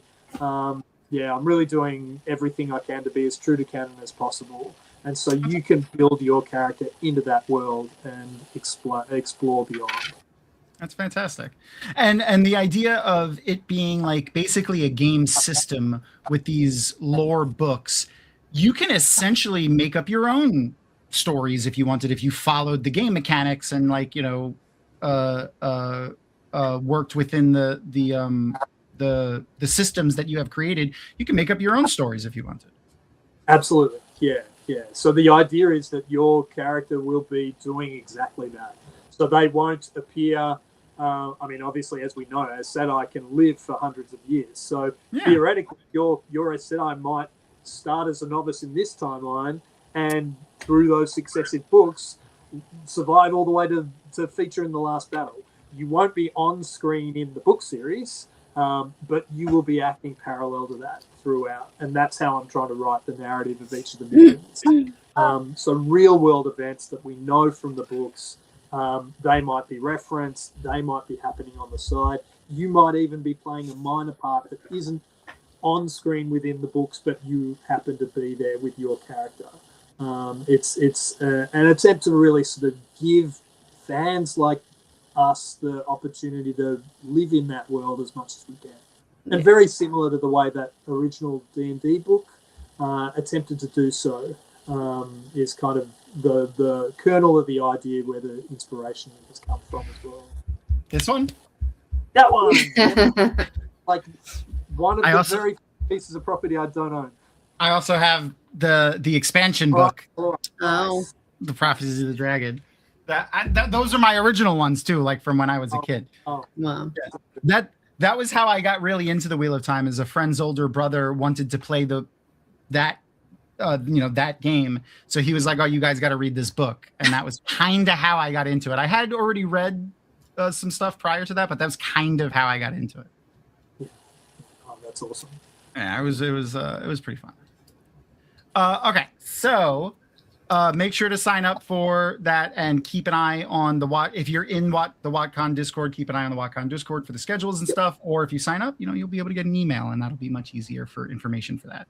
But keep an eye out for stuff, because there are some ways that we can maybe do this virtually. I'm going to talk to Alex after this, because there are some. So for those who know, I've streamed it before on this channel. There's an application on Steam, for those who don't know, a video game thing, called Tabletop Simulator, where it makes like basically a virtual board gaming table, and for free, anyone can use their systems and make virtual board games within that virtual tabletop. It's very simple. Basically, you can just make pieces and visual representatives of the board. There's ways to make like mechanics and things like that, so things automatically happen. But most people just make physical copies of the game virtually and then play it virtually. So like you have to actually draw the card with your mouse and read it, and then move the pieces on the board with your mouse and stuff. It doesn't automatically do it. But like if that's something that you're interested in, Alex, I would love to look into that and help. Yeah, that's the Third Age, which I've obviously been introduced through Utah as well. That's an amazing Wheel of Time based game. Third Age is the game that we're talking about. Yeah. Third Age, it's excellent. Watt Up Time. If you look up Watt Up Time and Third Age board game on Tabletop Simulator is like $15, and the Third Age board game is free. I play it pretty often. There's a bunch of people in chat that play it. If you're interested in that, just send us a message on Discord and we can, help set up maybe a game and we can teach you how to play. Alex can attest. We're not too. Yeah. We weren't too hard on you in your first game, right? No, you were very generous. No, but it's really easy to pick up, and it was huge fun. And I think we played for, I reckon it was at least 2.5, maybe 3.5 hours. Yeah, it's not a short game. It was amazing. It's a fun really, game. really well designed. Thematically well designed. It's not like your game. So it's not role play or dungeony or anything like that. It's much more. If you're a board gamer and you understand these terms, it's more like a worker placement resource management game. Yeah. If you know what grand that means. strategy. Yeah. Grand strategy also is another good one for it. Yeah. It's a fun game. It has a lot of really fun thematic stuff. And if you watch our channel, subscribe, do all those things, you may see us play it again in the future, and maybe we'll host stuff for it. I love when people in our community do stuff like this. It's fantastic. I love seeing everyone's talents come out, and the excitedness that you have for this game, the effort that you're putting into it, just for the love of the game, but also the Wheel of Time is just great to see. And I'll try to endorse that as much as I can always whenever I see it, because I think it's so cool. Yeah, so thank you for making it. For the support, obviously. From Dragonmount as well, but the entire community has been so wonderful, and the platform that going to MalkiriCon, being a complete unknown, I didn't announce anything beforehand. I just happened to have the game there, and to be able to get people around it there and sort of get their sort of support and endorsement is what's allowing me to come to WhatCon and try and make it a little bit more official. Obviously, once again, it's a completely fan-made enterprise. I don't have any of the IP rights to do so. So this is just a completely voluntary thing. Doesn't cost a thing for anyone to be involved. Yeah, it's great. But it's all for the love of Wheel of Time and the amazing fandom that I've passively listened to podcasts of for the last 3 years, completely in the wrong time zone. And so, I'm glad you did. Yeah. Because now we have you here. So I'm very happy that you started listening to all of our nonsense. I include all of us content creators in that. I'm sad I won't be at WatCon this year, but I'll be watching virtually, and I hope I'm sure it'll be a smash hit. All of the people there love RPGs. There's a ton of people there that love board games. I've played board games with people there every year that I've went. It's a ton of fun. And I can't wait to hear your report after you play the game at the con. We got to have you back on so we can hear how it went. Yeah, brilliant. Well, yeah, I'll obviously be logging back in as soon as I'm back in a time zone that I can figure out the right timing. And yeah, let's keep going through pause too. Love our it. guy, our producer's back. Hey.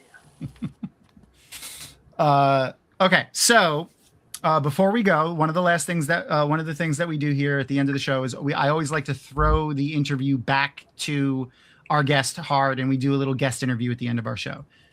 If for those who don't know what it is, it's themed after James Lipton's Inside the Actor Studio questionnaire that he would do at the end of all of his interviews that he did. If you're unaware of what that is, Google it when we're done here in a few minutes and check it out, because it's a fantastic show from like the 90s, early 2000s. One of my favorite things to watch. And if you've never heard it and you're gonna look up James Lipton on Inside the Actor Studio interviewing Anthony Hopkins or Robin Williams. I was going to say Robin Williams is. Yeah, Robin Williams is good too. Okay. Before we do that, though, I have to show you guys who's going to be hanging out with next week. So we've had one of these two guests on before, years and years ago. It was actually before your time, Crystal. I think this was when Rebecca Sadai and Ebony, Empress Ebony, may she live forever, were my co-hosts. We had Marlena Frank, who's an author, but now we're having both the Franks. We're having Marlena and her sister Kelly, who are both authors. I'm going to share their links to their stuff in chat in a second. They are a ton of fun. They're huge nerds. They are huge book nerds. They're fantastic, fun authors. Queer positive, female positive stories, but also really with like a really interesting dark edge. It's Okay. The two of their stuff. I really think you would like their stuff, actually, Crystal. Now I'm thinking about it with you here. Like, I think you would like their stuff. They're fun people. We're gonna have a ton of fun with them next week. They're fun. Not that you weren't great. You're great, Alex, too. We love you. I spread all the love everywhere. But yeah, so they're going to be hanging out with us next week. So make sure to hit the alarm bell when we get the episode listed and subscribe to us if you're not already.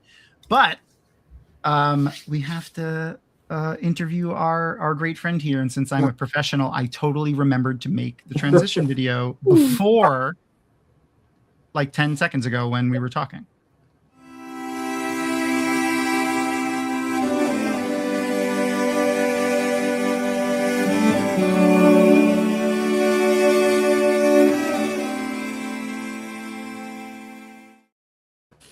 Yay!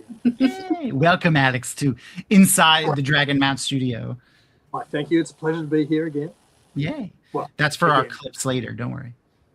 The we're gonna go right for the throat because we go with the hardest hitting questions first. So we do. Alex, what is your favorite dinosaur? Oh, Triceratops is very hard to go past. Okay. I'd have to stick with the trike. Yeah, they're so good. Yeah, I had a lot of Dino Riders when I was growing up. I don't know if you know those ones. And Triceratops was the one toy that I could never quite get my parents to buy. It was just too big and too expensive. Yeah, they always were like bigger than the others because they're large. They also were my favorite. And you're in good company. We're in good company. Guy Roberts, the actor who played Uno from the TV show, answered our Dragonmount questionnaire, which you could find on our YouTubes. And his favorite dinosaur was also a Triceratops. Nice. There's a bit of herd sort of pack about them, as well as being just generally badass. And yet, you know, they're not like the aggressor. They're not of the dark side. Yeah, they're more defensive. Mm-hmm. Yeah. So and only because you're a fellow Triceratops lover, I need to share with you my favorite dinosaur. Because mine used to also be the Triceratops until I learned of the existence of the amazingly named Diablotops. Ooh. Is this and one this is nice. An artist rendering of what they look like. It's basically a Triceratops with a weird, crazy head armor thing and extra horns. But yeah, they're called Diablotops. Look them up. They're pretty they're really cool. Anyway. All right. What is your favorite word? Good question. Onomatopoeia. Okay. Because onomatopoetically, it makes sense. Yeah, it's just got so many fun applications. It does. That's one of my favorite lines from The West Wing. Onomatopoetically, it makes sense. Good pick, though. That was a good pick. Okay, what is your least favorite word? Cool. Okay, if I get a little bit parochial, my Australian football team is Collingwood, and our greatest enemy is Carlton, who were the silver spoons living up the hill, and all their sewage ran down into my team suburb. So Carlton is, for any Australians out there, a curse word if you barrack from my side. Okay, that's interesting to know. I'm gonna file that away in there for my Aussie friends. Okay, all right. Okay, so Speaking of curse words, do you have a favorite curse word and or like a fictional or fantasy replacement curse word? Oh, good one. If you don't want to curse, it's fine. Yes. Well, there's a Japanese curse word that I think is absolutely hilarious. Just trying to think of the actual phrasing. It's fundonoshi, which is to do with the poo that hangs out of the goldfish's butt and just won't, like that tenacious string of crap that it swims around with. And they use that to refer to someone who hangs around like a bad smell. That's Okay. fantastic. So I think it's just such a great graphic insult. Oh yeah, And there's not a lot of Japanese swear words. So that one's a particularly good one. That's pretty good. That's pretty good. I love so many, like there's so many better like when I say the word curse, I don't mean like a foul, like a bad curse word. I just mean like, cursing somebody. Like that's cursing somebody. That's a curse. To call them literally the poop that hangs out of a fish's butt, a goldfish's butt as it swims around. That is oh man, that's Very deep. Very good. As far as Australian English goes, my mum would often say things like, "Oh, she needs a good kick in the clacker," and the clacker being the cloaca. So that's another sort of like if you want both sides of the culture. There you go. Aussies are also pretty famously amazing for dissing people. I would say I loved all of their chants that they made up for the World Cup that I've heard throughout their time in the U.S. and abroad. We're Aussies. Well, no, my favorite one. We're Aussies. We're on a bender. Donald Trump is a sex offender. Yeah, that's my favorite. That was my favorite one so far. We wear our politics on our sleeves here. I don't care if that drives people away. I said what I said. Mm-hmm. Is it your turn or my turn? It's your turn. My turn. Okay. And you did the curse words already. All right. So, what is your favorite? No. Actually, I'm sorry. Who was your favorite? Or not favorite? Who was your first fictional crush? And it could be from anything. Could be from a cartoon, a comic book, a movie, a video game. It doesn't have to be from a book series or anything. Yeah. And if you can't remember, just what comes to mind when you think about that. I'm struggling to remember her name, but the Empress within the Neverending Story. She doesn't have a name. That's the point. Oh, there we go. Yeah. The whole point of the movie is he's looking for her name. He has to give her a name. Yeah. Of course. Yeah. Also, fun fact about that: the actor that played her, that was the only thing she ever acted in, I believe. Oh wow! Okay. Yeah, she pretty much quit acting after that. Wow. Too many people's crushes, perhaps. Even though she was like 11 at the time, 12 at the time. True story, fans. True story. Better. Okay, and now you're up. Yes. What character from Clone Wars would make the best roommate and why? Ooh. One of the Twi'lek Jedi. Okay. Because not only are they badass fighters and dancers, but you don't want to date your roommate, but they're friends. That's another story. And we all know Twi'leks make quite attractive people. It's true. Yeah. Adi Gallia was one of the Twi'lek Jedi from the Clone Wars era Star Wars. She was a Jedi Master, so she would be a good one. She was green, if I remember correctly. I'm pretty sure she. Yeah, that might work. I had a friend, a work colleague actually, whose attitude to her housemates I always found really hilarious. She'd pick sort of people to join her house who she was like mildly attracted to, because it gave her the excuse to any time that they were out together, going to a party, and you know, everyone would realize, you know, you don't want to shit where you eat, so you don't want to date your housemates if possible. So the moment they became the most attractive person in the room, it was time for her to leave. And in her expression, like my housemates, my mates, they're my canaries. So they're my warning bell for I'm too drunk, I need to go. So as soon as she became attracted to them, I got to go. It's night over. So I kind of like that theory too. Okay, I like that. Oh, yes. Thank you, Glenn. Yeah, she was not a Twi'lek. I was mixing her up with, there's a Twi'lek Jedi that has an A first name. It's like Ayala or something like that, which kind of sounds like Adi. Probably why. There it is. See, he got it. He knew where I was going with that. All right, sorry. All right, so then who from the Clone Wars would make the worst roommate?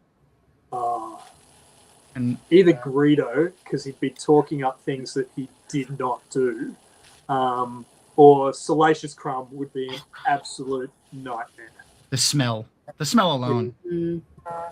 Salacious Crumb, the Kowakian monkey lizard. Yeah. The things that we remember about nonsense. All right. So if you could assume a job or align yourself with like any entity in fantasy, what would it be? Like, would you be a Jedi, an Aes Sedai, an Ashman, but any property of fantasy? Yeah, it could be anything. Within Star Wars, I don't know if I'd be. Could anything you want, doesn't have to be Star Wars. Yeah. It could be anything you want. True. Yeah. Yeah. Well. I mean, I'd always selfishly like to be an elf within Lord of the Rings. Maybe one of the Wood Elves. You know, just a little bit sort of more Immortal, aloof, immortal, a little bit sort of sticking to themselves, but ultimately, you know, on the right side of things. Are you a nature guy? Yeah, very much so. Yeah, Okay. I was very lucky at the school that I was at that I got a lot of outdoor experience as well. Our resident Tolkien expert pointing out the Sylvan Elves. Yes, Sylvan Elves. Yeah. I think the High Elves are a little bit too uppity. Yeah, I agree. Fair. A bit more down to earth. I definitely agree with that. Yeah. In terms of Star Wars, I think like I've always had a thing for roguish characters. So another Smuggler? Yeah. Perhaps. You did say that you played you embodied yourself as Han Solo when you were playing with your friends when you were younger. So Yeah, I kind of gathered that. And my other real favorite's Wedge. Like I loved Wedge, and I was so happy that they gave him a real not just shout out, but a real sort of Character. Yeah. the Wedge Antilles. Yes. Yes. Yeah. Who is one of Luke's wingmen in the Star Wars stuff. He's an X-wing pilot, for those who don't know. Yes. Yeah. And is in all three of the original films. Yep. And does not die. Who does not die. Yeah. He's not red-shirted at all, and actually like has a lead role in the destruction of the second Death Star.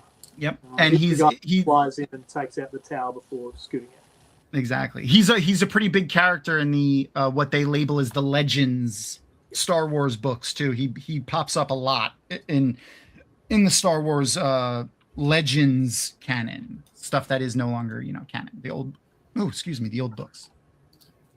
And I played the hell out of the original X-Wing and TIE Fighter series on PC. Oh yeah. Those are so amazing games. Even on Nintendo 64. They're brilliant. Yeah, I remember playing I think it was Rogue Squadron on Nintendo 64. Oh God, I love those games. Those games are so good. All right. So we did and then what organization or group from any form of fiction would you never want to be a part of? Yeah, good one. Probably not the Ashaman, knowing what happens to them all. Okay. Yeah, I don't know if there's like the kin equivalent for Ashaman. Maybe I'd be all up for that. Okay.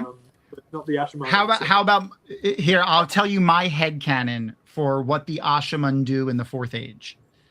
The Ashaman and the Red Aja team up to basically become the U.S. Marshals of the world of Ranland, but they deal with one power related crimes. Oh, okay. So like when there's a one power related crime, a Red Aja and an Ashaman are the two people in charge of the investigation, and they are the ones that go and they get a posse like a Western, and they go and take care of the thing. There's a slap comedy spin-off right there. That's my headcanon. That's my headcanon for what the Ashaman do. Nice. Okay, so then we're at the last question, right? Yeah. Yeah, our deepest question. Yes. So our final question is, and I reworded it so that people can't use a specific version in their answer. So for those who have read Terry Pratchett, what you see before you is if you picture the iconic look of Death, but he's for some reason in like dungaree coveralls as well. Yeah. The front covers. Yeah. So as it is in Terry Pratchett's Discworld, you basically kind of choose what your own afterlife is. So if you had that option, if Death was standing before you in those dungaree coveralls, and in front of you is basically all of the different versions of afterlives you've ever read, played in a video game, in a tabletop RPG, read in a book, saw in a cartoon or a TV show, read in a book of mythology or belief systems. What would you want your afterlife to be if you had to choose? Oh, that's awesome. Yeah, it's actually how I imagine Rand's afterlife as a pseudo where you are present in the world that you knew and loved and able to make small butterfly wing style changes where you can set in motion things and watch them carry out. You might not interact directly with people, but you can watch the people that you loved and make small changes that might impact the world in a positive way. That's how I imagine Rand sort of walking off into the twilight there. I like it. So basically you want to be a poltergeist. Well, yeah. Very conscious and not vindictive one. Not vindictive poltergeist. Well, unless you're messing around with your enemies, I guess. That's that one guy. Yeah, exactly. That one guy from work. Always ate my cake when I left it in the fridge. That Suki kid who was Luke and sort of made us have to stop our game for me welcoming him to the party. Like, I'm going to bruise his shoulder up real good now. There you go. I didn't bruise it before. Yeah. He's going to always have a bruise on his shoulder, and he's never going to know how it got there. I like it. Oh no. Oh, at least he got to answer all the questions before his internet cut out again. Well, I'll give him a minute. I'll leave him backstage, but I'll give him a minute to see if he pops back in so he can say goodbye. But we were getting ready to say, there he goes. He's back. Yay. Yeah. Hello. Welcome back. I had a phone call that cut off my iPad for some reason. Oh yeah. If you're on for whatever reason, if you do StreamYard on a tablet, if you leave the StreamYard screen, it gets rid of your camera. It's any tablet. That's what always happens. Weird. It must be the tablet operating system, the way it works. But anyway, thank you for answering our nonsense inside the Dragonmount Studio questions. That was a ton of fun. If you like the inside the Dragonmount Studio questions, we ask every guest that has ever been on the show those questions. And slowly but surely, I've been cutting those bits out of our episodes and putting them up on their own little thing on YouTube. So if you'd like to check them out, go ahead and check it out. I've had Maria answer the questions. I've had Michael Livingston answer those questions. A few of the actors from the show have answered those questions. All of the authors we interview answer the questions, and every guest that we have on the show answers the questions. So you've joined a team of a lot of different people from all over the spectrum that have answered those questions. So thank you for doing that. Oh, thank you. It's been an absolute pleasure. And thanks for Rewatch has been so great for me to just be a part of now that I'm sort of I've given up my day job, so I can enjoy this in my mornings now. Yay! So, Yay! Really. Well, congratulations on getting out of that rat race. I hope everything works out for you. Yeah, at least for another 5 months, and then I'm back in it. But we'll enjoy it while we can. Listen, you got to enjoy the time that you got because this is all you get. Yep. One of the biggest things that a friend of mine ever told me was, "This is not a dress rehearsal. Mm-mm. This is it. Cool. This is it." So yeah, you do what you like when you can, and try to not make anyone's life worse. If you can make people's lives better, and you do what makes you happy, and that's pretty much it. It's my view on life. If anyone cared about it. All right. Again, next week we're going to be hanging out with Marlena and Kelly Frank, sisters, authors, super nerds, fantastic humans. We'll be chatting with them, watching episode 19 and 20. So Ahsoka gets to come into her own a little bit in this episode, so that's fun. I think that is all we have. We've done all of our announcements. Make sure to go and follow us on Patreon. If you haven't already, subscribe, do all the things, click all the buttons. Share our streams with friends that you think may enjoy our nonsense. And with that, I believe that's all we have. So say goodnight, Crystal. Good night, Crystal. Oh, shit. Our button, Tom. Yeah, our outro video disappeared. But it works. Oh, no. It works because our friend is back now. So we can bring him in so he could say goodnight as well. Yeah. All right. Thanks for coming, Alex. And make sure to again check out the link in to sign up for the What dungeons? What dungeons? Wow, I was like, what did we call? I forgot what we called. Yeah, that's okay. Yeah, my brain was just like, it's a nebulous title. That's okay. Yeah, we'll come up with a good. I mean, you'll come up with a good title for it. I actually got given a couple of cracking ideas at MalkiriCon, so I'm kind of just back. Okay. Yeah. Okay. But yeah, if you've got any more good ideas, by all means, share them. right. I'll be more than happy to take them on board. Yay! All right, I love all of you, awesome nerds, and I love you too, awesome nerds. And we'll see you next week. Say goodnight again, Crystal. Good night, Crystal.